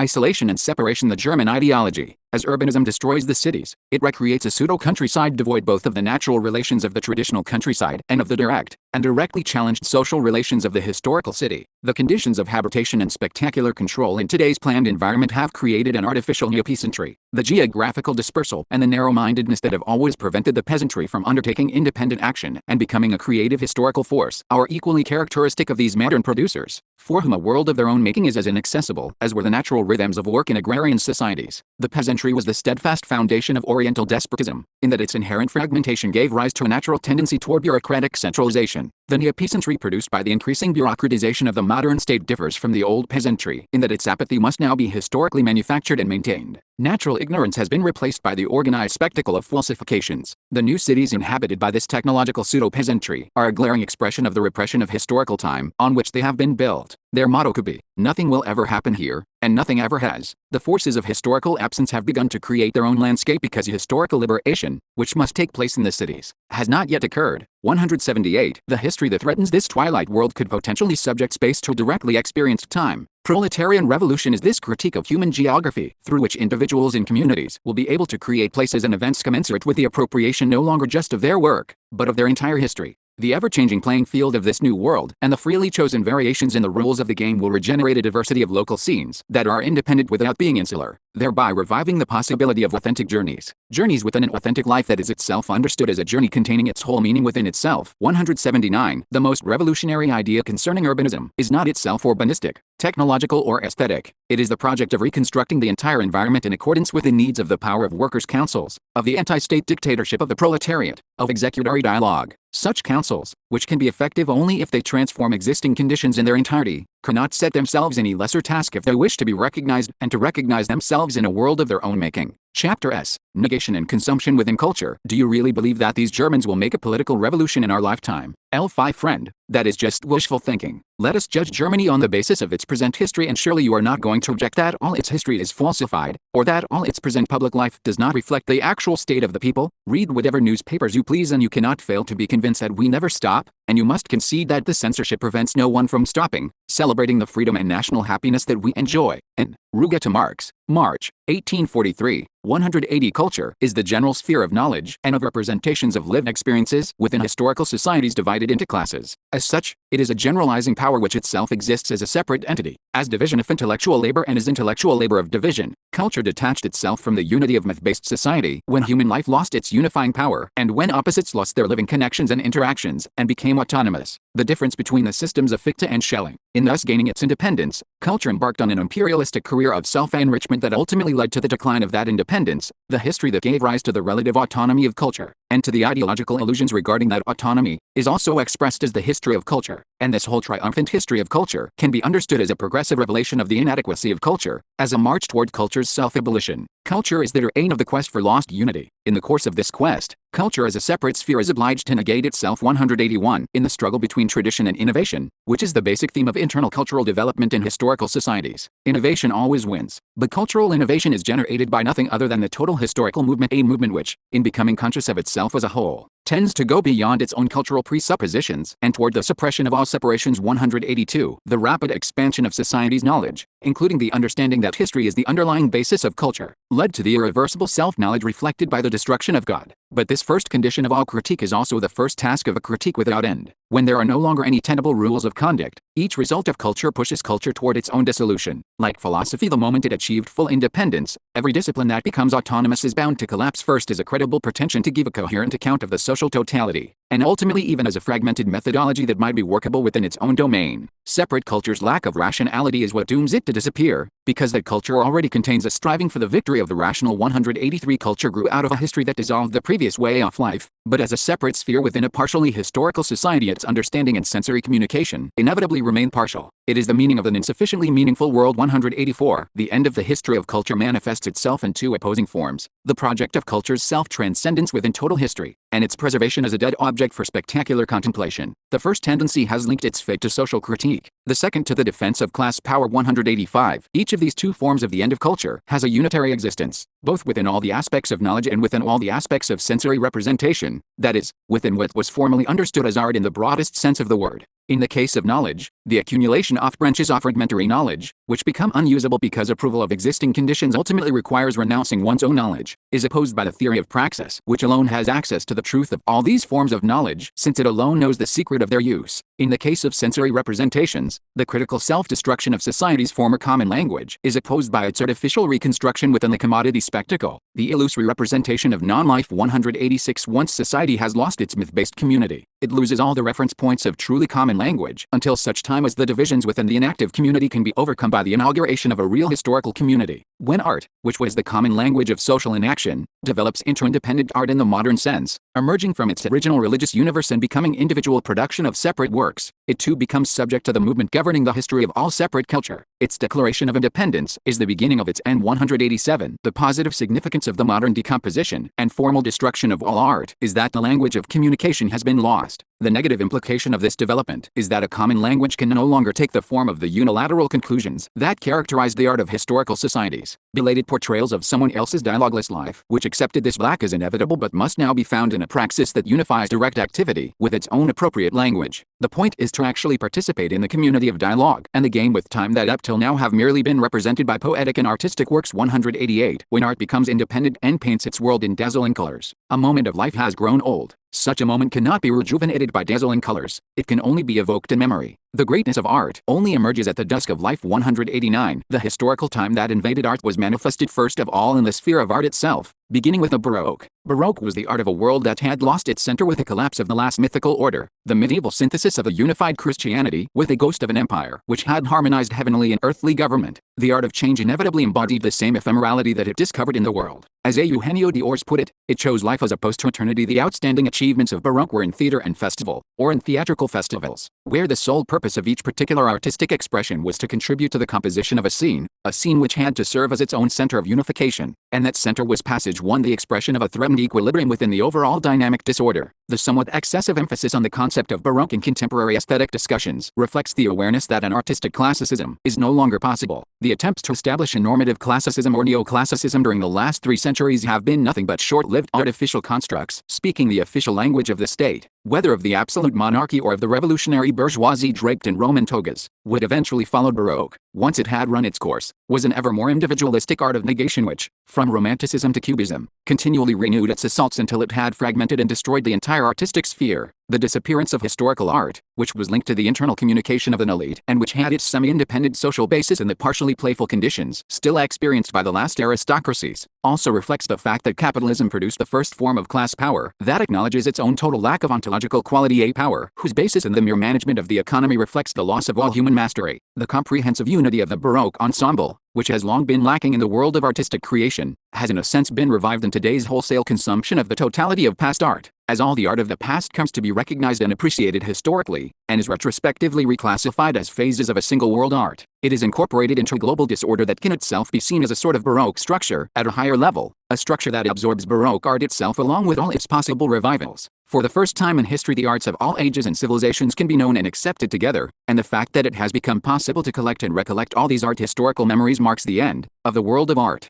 In this age of museums in which artistic communication is no longer possible, all the previous expressions of art can be accepted equally, because whatever particular communication problems they may have had are eclipsed by all the present-day obstacles to communication in general. 190. Art in its period of dissolution, a movement of negation striving for its own transcendence within a historical society where history is not yet directly lived, is at once an art of change and the purest expression of the impossibility of change. The more grandiose its pretensions, the further from its grasp is its true fulfillment. This art is necessarily avant-garde, and at the same time it does not actually exist. Its vanguard is its own disappearance. 191. Dadaism and Surrealism were the two currents that marked the end of modern art. Though they were only partially conscious of it, they were contemporaries of the last great offensive of the revolutionary proletarian movement, and the defeat of that movement. which left them trapped within the very artistic sphere whose decrepitude they had denounced, was the fundamental reason for their immobilization. Dadaism and Surrealism were historically linked yet also opposed to each other. This opposition involved the most important and radical contributions of the two movements, but it also revealed the internal inadequacy of their one-sided critiques. Dadaism sought to abolish art without realizing it. Surrealism sought to realize art without abolishing it. The critical position since developed by the Situationists has shown that the abolition and realization of art are inseparable aspects of a single transcendence of art. 192. The spectacular consumption that preserves past culture in congealed form, including co-opted rehashes of its negative manifestations, gives overt expression in its cultural sector to what it implicitly is in its totality, the communication of the incommunicable. The most extreme destruction of language can be officially welcomed as a positive development because it amounts to yet one more way of flaunting one's acceptance of a status quo where all communication has been smugly declared absent. The critical truth of this destruction, the real life of modern poetry and art, is obviously concealed, since the spectacle, whose function is to use culture to bury all historical memory, applies its own essential strategy in its promotion of modernistic pseudo-innovations. Thus, a school of new literature that baldly admits that it does nothing but contemplate the written word for its own sake can pass itself off as something new. Meanwhile, alongside the simple claim that the death of communication has a sufficient beauty of its own, the most modern tendency of spectacular culture, which is also the one most closely linked to the repressive practice of the general organization of society, seeks by means of collective projects to construct complex neo-artistic environments out of decomposed elements, as can be seen in urbanism's attempts to incorporate scraps of art or hybrid aesthetico-technical forms. This is an expression, in the domain of spectacular pseudo-culture, of advanced capitalism's general project of remolding the fragmented worker into a socially integrated personality, a tendency that has been described by recent American sociologists, Reisman, White, etc. In all these areas the goal remains the same, to restructure society without community. 193. As culture becomes completely commodified, it tends to become the star commodity of spectacular society. Clarker, one of the foremost ideologues of this tendency, has calculated that the complex process of the production, distribution and consumption of knowledge already accounts for 29% of the gross national product of the United States, and he predicts that in the second half of this century culture will become the driving force of the American economy, as was the automobile in the first half of this century and the railroad in the last half of the previous century. 194. The task of the various branches of knowledge that are in the process of developing spectacular thought is to justify an unjustifiable society and to establish a general science of false consciousness. This thought is totally conditioned by the fact that it cannot recognize, and does not want to recognize, its own material dependence on the spectacular system. 195. The official thought of the social organization of appearances is itself obscured by the generalized subcommunication that it has to defend. It cannot understand that conflict is at the origin of everything in its world. The specialists of spectacular power, a power that is absolute within its realm of one-way communication, are absolutely corrupted by their experience of contempt and by the success of that contempt, because they find their contempt confirmed by their awareness of how truly contemptible spectators really are. 196. As the very triumphs of the spectacular system pose new problems, a new division of tasks appears within the specialized thought of that system.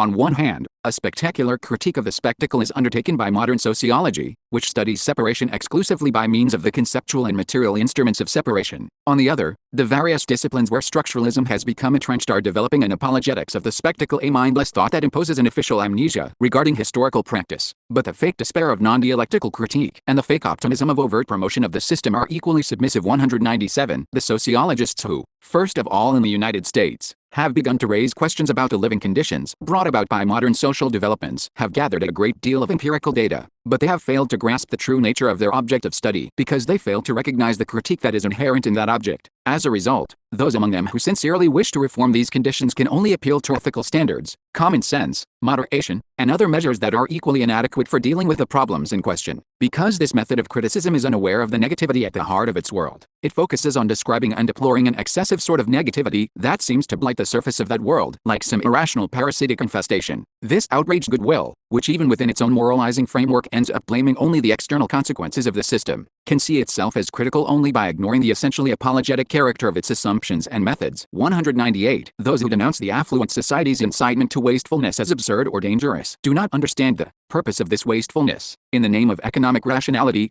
the ungrateful condemn the faithful irrational guardians that keep the power of this economic rationality from collapsing. And Barstin, for example, whose book The Image describes spectacle commodity consumption in the United States, never arrives at the concept of the spectacle because he thinks he can treat private life and honest commodities as separate from the excesses he deplores. He fails to understand that the commodity itself made the laws whose honest application leads both to the distinct reality of private life and to its subsequent reconquest by the social consumption of images. 199. 1989, Burston describes the excesses of a world that has become foreign to us as if they were excesses foreign to our world. When, like a moral or psychological prophet, he denounces the superficial reign of images as a product of our extravagant expectations, he is implicitly contrasting these excesses to normal life that has no reality in either his book or his era, because the real human life that Burston evokes is located for him in the past, including the past that was dominated by religious resignation. He has no way of comprehending the true extent of the present society's domination by images. We can truly understand this society only by negating a 200A sociology that believes that a separately functioning industrial rationality can be isolated from social life as a whole, may go on to view the techniques of reproduction and communication as independent of general industrial development. Thus Burston concludes that the situation he describes is caused by an unfortunate but almost fortuitous encounter of an excessive technology of image diffusion with an excessive appetite for sensationalism on the part of today's public. This amounts to blaming the spectacle on modern man's excessive inclination to be a spectator. Burston fails to see that the proliferation of the prefabricated pseudo-events he denounces flows from the simple fact that the overwhelming realities of present-day social existence prevent people from actually living events for themselves. Because history itself haunts modern society like a specter, pseudo-histories have to be concocted at every level of life. Consumption in order to preserve the threatened equilibrium of the present frozen time. 201. The current tendency toward structuralist systematization is based on the explicit or unconscious assumption that this brief freezing of historical time will last forever. The anti-historical thought of structuralism believes in the eternal presence of a system that was never created and that will never come to an end. Its illusion that all social practice is unconsciously determined by pre-existing structures is based on illegitimate analogies with structural models developed by linguistics and anthropology, or even on models used for analyzing the functioning of capitalism, models that were already inaccurate even in their original contexts.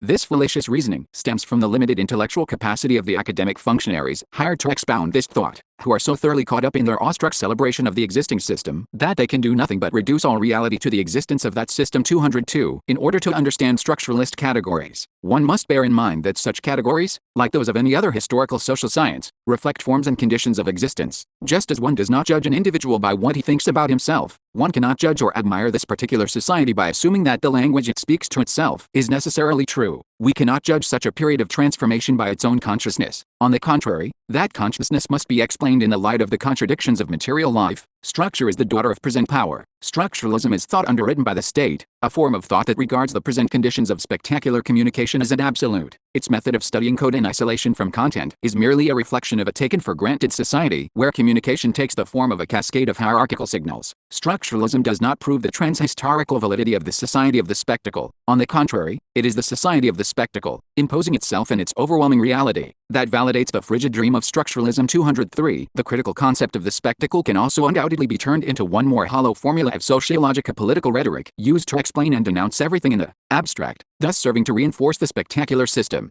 It is obvious that ideas alone cannot lead beyond the existing spectacle. At most, they can only lead beyond existing ideas about the spectacle. To actually destroy the society of the spectacle, people must set a practical force into motion. A critical theory of the spectacle cannot be true unless it unites with a practical current of negation in society, and that negation, the resumption of revolutionary class struggle, can for its part only become conscious of itself by developing the critique of the spectacle, which is the theory of its real conditions, the concrete conditions of present-day oppression, and which also reveals that negation's hidden potential. This theory does not expect miracles from the working class. It envisages the reformulation and fulfillment of proletarian demands as a long-term task. To make an artificial distinction between theoretical and practical struggle, for the formulation and communication of the type of theory envisaged here is already inconceivable without a rigorous practice. It is certain that the obscure and difficult path of critical theory must also be the fate of the practical movement acting on the scale of society. 204. Critical theory must communicate itself in its own language, the language of contradiction, which must be dialectical in both form and content. It must be an all-inclusive critique, and it must be grounded in history. It is not a zero degree of writing, but its reversal. It is not a negation of style, but the style of negation. 205. The very style of dialectical theory is a scandal and abomination to the prevailing standards of language and to the sensibilities molded by those standards, because while it makes concrete use of existing concepts, it simultaneously recognizes their rediscovered fluidity and their inevitable destruction. 206. This style, which includes a critique of itself, must express the domination of the present critique over its entire past. Dialectical theory's mode of exposition reveals the negative spirit within it. Truth is not like some finished product in which one can no longer find any trace of the tool that made it. Hegel. This theoretical consciousness of a movement whose traces must remain visible within it is manifested by the reversal of established relationships between concepts and by the deterrent of all the achievements of earlier critical efforts. Hegel's characteristic practice of reversing the genitive was an expression of historical revolutions, though that expression was confined to the form of thought. The young Marx, inspired by Feuerbach's systematic reversal of subject and predicate, achieved the most most effective use of this insurrectional style, which answers the philosophy of poverty with the poverty of philosophy. Derailment re-radicalizes previous critical conclusions that have been petrified into respectable truths and thus transformed into lies. Kierkegaard already used it deliberately, though he also denounced it, but despite all your twists and turns, just as jam always returns to the pantry, you always end up introducing some little phrase which is not your own, and which awakens disturbing recollections, philosophical fragments. As he acknowledged elsewhere in the same book, this use of derailment requires maintaining one's distance from whatever has been perverted into an official truth. One further remark regarding your many complaints that I introduced borrowed expressions into my exposition. I do not deny that I did so. It was in fact done deliberately. In the next section of this work, if I ever write such a section, I intend to call this topic by its true name and to clothe the problem in its historical attire. 207 Ideas improve. The meaning of words plays a part in that improvement. Plagiarism is necessary. Progress depends on it. It sticks close to an author's phrasing, exploits his expressions, deletes a false idea, replaces it with the right one. 208 Derailment is the opposite of quotation, of appealing to theoretical authority that is inevitably tainted by the very fact that it has become a quotation, a fragment, torn from its own context and development, and ultimately from the general framework of its period and from the particular option, appropriate or erroneous, that it represented within that framework. Derailment is the flexible language of anti-ideology. It appears in communication that knows it cannot claim to embody any inherent or definitive certainty. It is language that cannot and need not be confirmed by any previous or supercritical reference. On the contrary, its own internal coherence and practical effectiveness are what validate the previous kernels of truth it has brought back into play. Derailment has grounded its cause on nothing but its own truth as present. Critique 209. The element of overt derailment in formulated theory refutes any notion that such theory is durably autonomous. By introducing into the theoretical domain the same type of violent subversion that disrupts and overthrows every existing order, derailment serves as a reminder that theory is nothing in itself, that it can realize itself only through historical action and through the historical correction that is its true allegiance. 210. The real values of culture can be maintained only by actually negating culture, but this negation can no longer be a cultural negation. It may in a sense take place within culture, but it points beyond it. 211. In the language of contradiction, the critique of culture is a unified critique, in that it dominates the whole of culture, its knowledge as well as its poetry, and in that it no longer separates itself from the critique of the social totality. This unified theoretical critique is on its way to meet a unified social practice. Chapter 9. Ideology. Materialized self-consciousness exists in itself and for itself only insofar as it exists in and for another self-consciousness. That is, it exists only by being recognized. Hegel. The phenomenology of spirit. 212. Ideology is the intellectual basis of class societies within the conflictual course of history. Ideological expressions have never been pure fictions. This interconnection is intensified with the advent of the spectacle, the materialization of ideology, brought about by the concrete success of an autonomized system of economic production, which virtually identifies social reality with an ideology that has remolded all reality in its own image. 213. Once ideology, the abstract will to universality, and the illusion associated with it will, is legitimized by the universal abstraction and the effective dictatorship of illusion that prevail in modern society, it is no longer a voluntaristic struggle of the fragmentary, but its triumph. At that point, ideological pretensions take on a sort of flat, positivistic precision. They no longer represent historical choices, they are assertions of undeniable facts. In such a context, the particular names of ideologies tend to disappear. The specifically ideological forms of systems supporting labor are reduced to an epistemological base that is itself presumed to be beyond ideology. Materialized ideology has no name, just as it has no formulatable historical agenda, which is another way of saying that the history of different ideologies is over. 214. Ideology, whose whole internal logic led toward what Mannheim calls total ideology, the despotism of a fragment imposing itself as pseudo-knowledge of a frozen totality, as a totalitarian worldview has reached its culmination in the immobilized spectacle of non-history. Its culmination is also its dissolution into society as a whole. When that society itself is concretely dissolved, ideology, the final irrationality standing in the way of historical life, must also disappear. 215. The spectacle is the epitome of ideology, because in its plenitude it exposes and manifests the essence of all ideological systems, the impoverishment, enslavement and negation of real life. The spectacle is the material expression the separation and estrangement between man and man. The new power of deception concentrated in it is based on the production system, in which as the quantity of objects increases, so does the realm of alien powers to which man is subjected. This is the supreme stage of an expansion that has turned need against life. The need for money is thus the true need produced by the modern economic system, and it is the only need which the latter produces. Economic and philosophical manuscripts. Hegel's characterization of money as the life of what is dead, moving within itself, and in surreal philosophy, has now been extended by the spectacle to all social life. 216. In contrast to the project outlined in the Theses on Feuerbach, the realization of philosophy in a praxis transcending the opposition between idealism and materialism, the spectacle preserves the ideological features of both materialism and idealism, imposing them in the pseudo-concreteness of its universe. The contemplative aspect of the old materialism, which conceives the world as representation and not as activity and which ultimately idealizes matter, is fulfilled in the spectacle,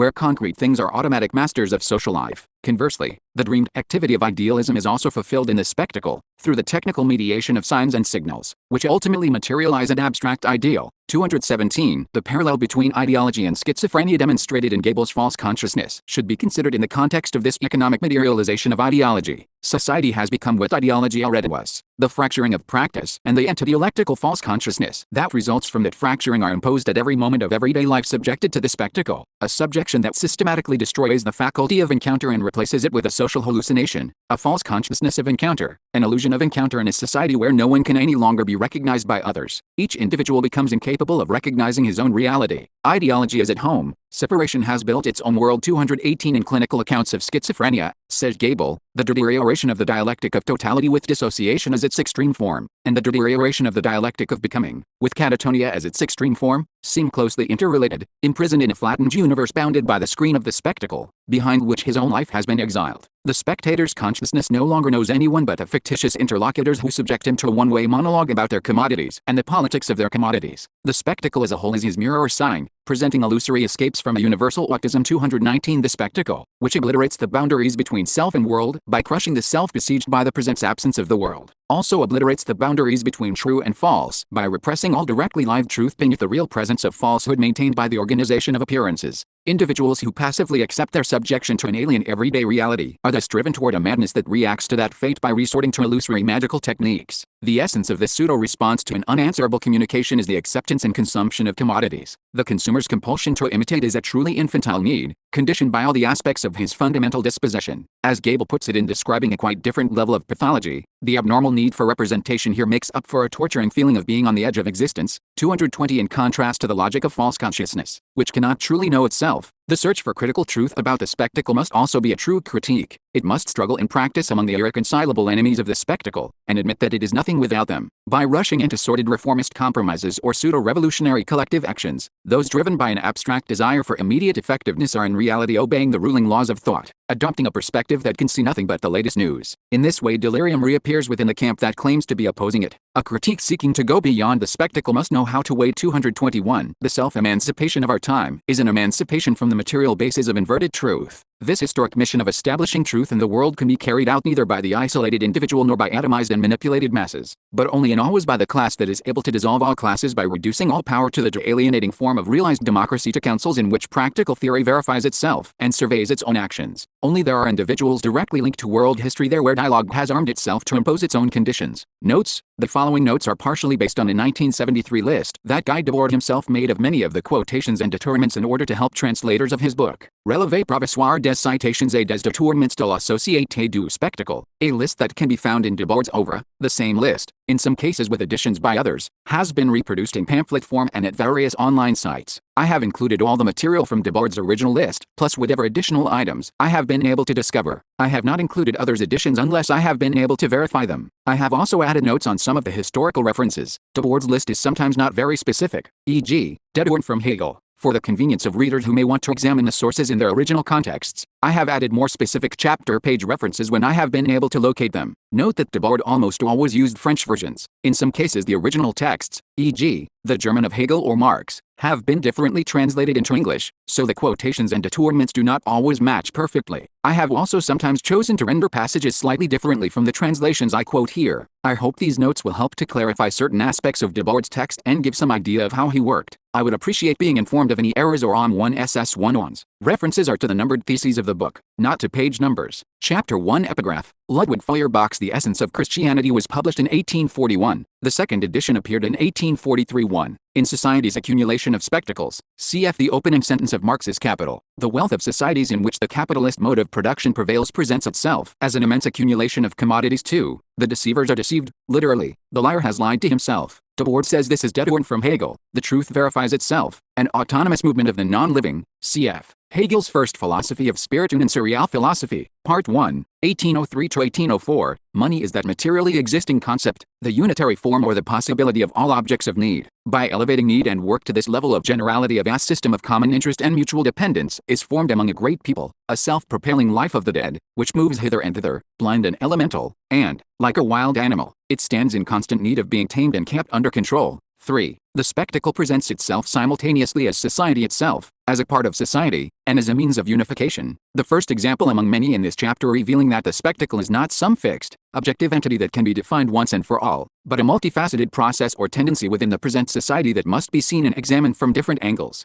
4. The spectacle is not a collection, mediated by images, cf. Marx's Capital. Capital is not a thing, it is a social relationship between people that is mediated by things. 6. It is the very heart of this real society's unreality, cf. Marx's Introduction to a Critique of Hegel's Philosophy of Right. Religion is the sigh of the oppressed, the heart of a heartless world, the spirit of spiritless conditions. 7-8. Debord says that several phrases in these two theses are dead from Hegel. 9. The true is a moment of the false, cf. the preface to Hegel's Phenomenology of Spirit. The false, though no longer as false, is a moment of the true. This quotation follows the French translation used by Debord. The various English translations are somewhat different. See note 76 for information on these different editions. 12. What appears is good, what is good appears, cf. the preface to Hegel's Philosophy of Right. What is rational is real, and what is real is rational. 13. The sun that never sets over the empire of modern passivity. The phrase "the empire on which the sun never sets" was applied to the Spanish Empire of the 16th century, and later to the British Empire. 14. Goals are nothing, development is everything. Cf. the conclusion of Edward Bernstein's Evolutionary Socialism. To me, that which is generally called the ultimate aim of socialism is nothing, but the movement is everything. 17. Degradation of being into having. Cf. the Private Property and Communism section of Marx's 1844 manuscripts, aka Economic and Philosophical Manuscripts. Private property has made us so stupid and partial that an object is only ours when we have it, when it exists for us as capital, or when it is directly eaten, drunk, worn, inhabited, etc., in short, utilized in some way. But private property itself only conceives these various forms of possession as means of life, and the life for which they serve as means is the life of private property, labor, and creation of capital. Thus all the physical and mental senses have been replaced by the simple alienation of all these senses, the sense of having. 18. When the real world is transformed into mere images become real beings. Cf. Marx and Engels is the Holy Family, chapter 8.3. For one to whom the sensuously perceptible world becomes a mere idea, for him mere ideas are transformed into sensuously perceptible beings. The figments of his brain assume corporeal form. 19. The spectacle does not realize philosophy, it philosophizes reality. Cf. Marx's Introduction to a Critique of Hegel's Philosophy of Right. You cannot supersede philosophy without realizing it. 20. This thesis contains several allusions to Feuerbach's The Essence of Christianity, which among other things examines the projection of humanity's positive potentials into an imagined heavenly realm. 21. As long as necessity is socially dreamed, dreaming will remain necessary. Debord says this is dead from Marx. Perhaps he is alluding to Marx's distinction between the realm of necessity and the realm of freedom and capital. The spectacle is the bad dream, guardian of that sleep. Cf. Freud's The Interpretation of Dreams, Chapter 5, Section C, which contends that dreams reflect the wish for sleep and that dreams are the guardians of sleep. 22. The fact that the practical power, in contradiction with itself, cf. Marx's theses on Feuerbach, but the fact that the secular basis detaches itself from itself and establishes itself as an independent realm in the clouds can only be explained by the divisions and contradictions within this secular basis. 23. The most modern is thus also the most archaic. Cf. the Introduction to Marx's Grundrisse. Some determinations will be shared by the most modern epoch and the most ancient. 24. The fetishistic appearance conceals their true character as relations between people and between classes. Cf. Georg Lukács's History and Class Consciousness. The fetishistic illusions enveloping all phenomena in capitalist society conceal the fact that they are the categories of the relations of men with each other. Instead, they appear as things and the relations of things with each other. A second nature, with its own inescapable laws, seems to dominate our environment. Cf. Lukács, Opsit, page 128. 4. On the one hand, men are constantly smashing, replacing and leaving behind them the natural, irrational, and actually existing bonds, while, on the other hand, they erect around themselves in the reality they have created and made, a kind of second nature which evolves with exactly the same inexorable necessity as was the case earlier on with the rational forces of nature. More exactly, the social relations which appear in this form. 28. Lonely crowds. Allusion to David Reisman's book The Lonely Crowd. 29. In the spectacle, a part of the world presents itself to the world and is superior to it. Cf. Marx's theses on Feuerbach. It thus tends to divide society into two parts, one of which is superior to society, reunites the separated, but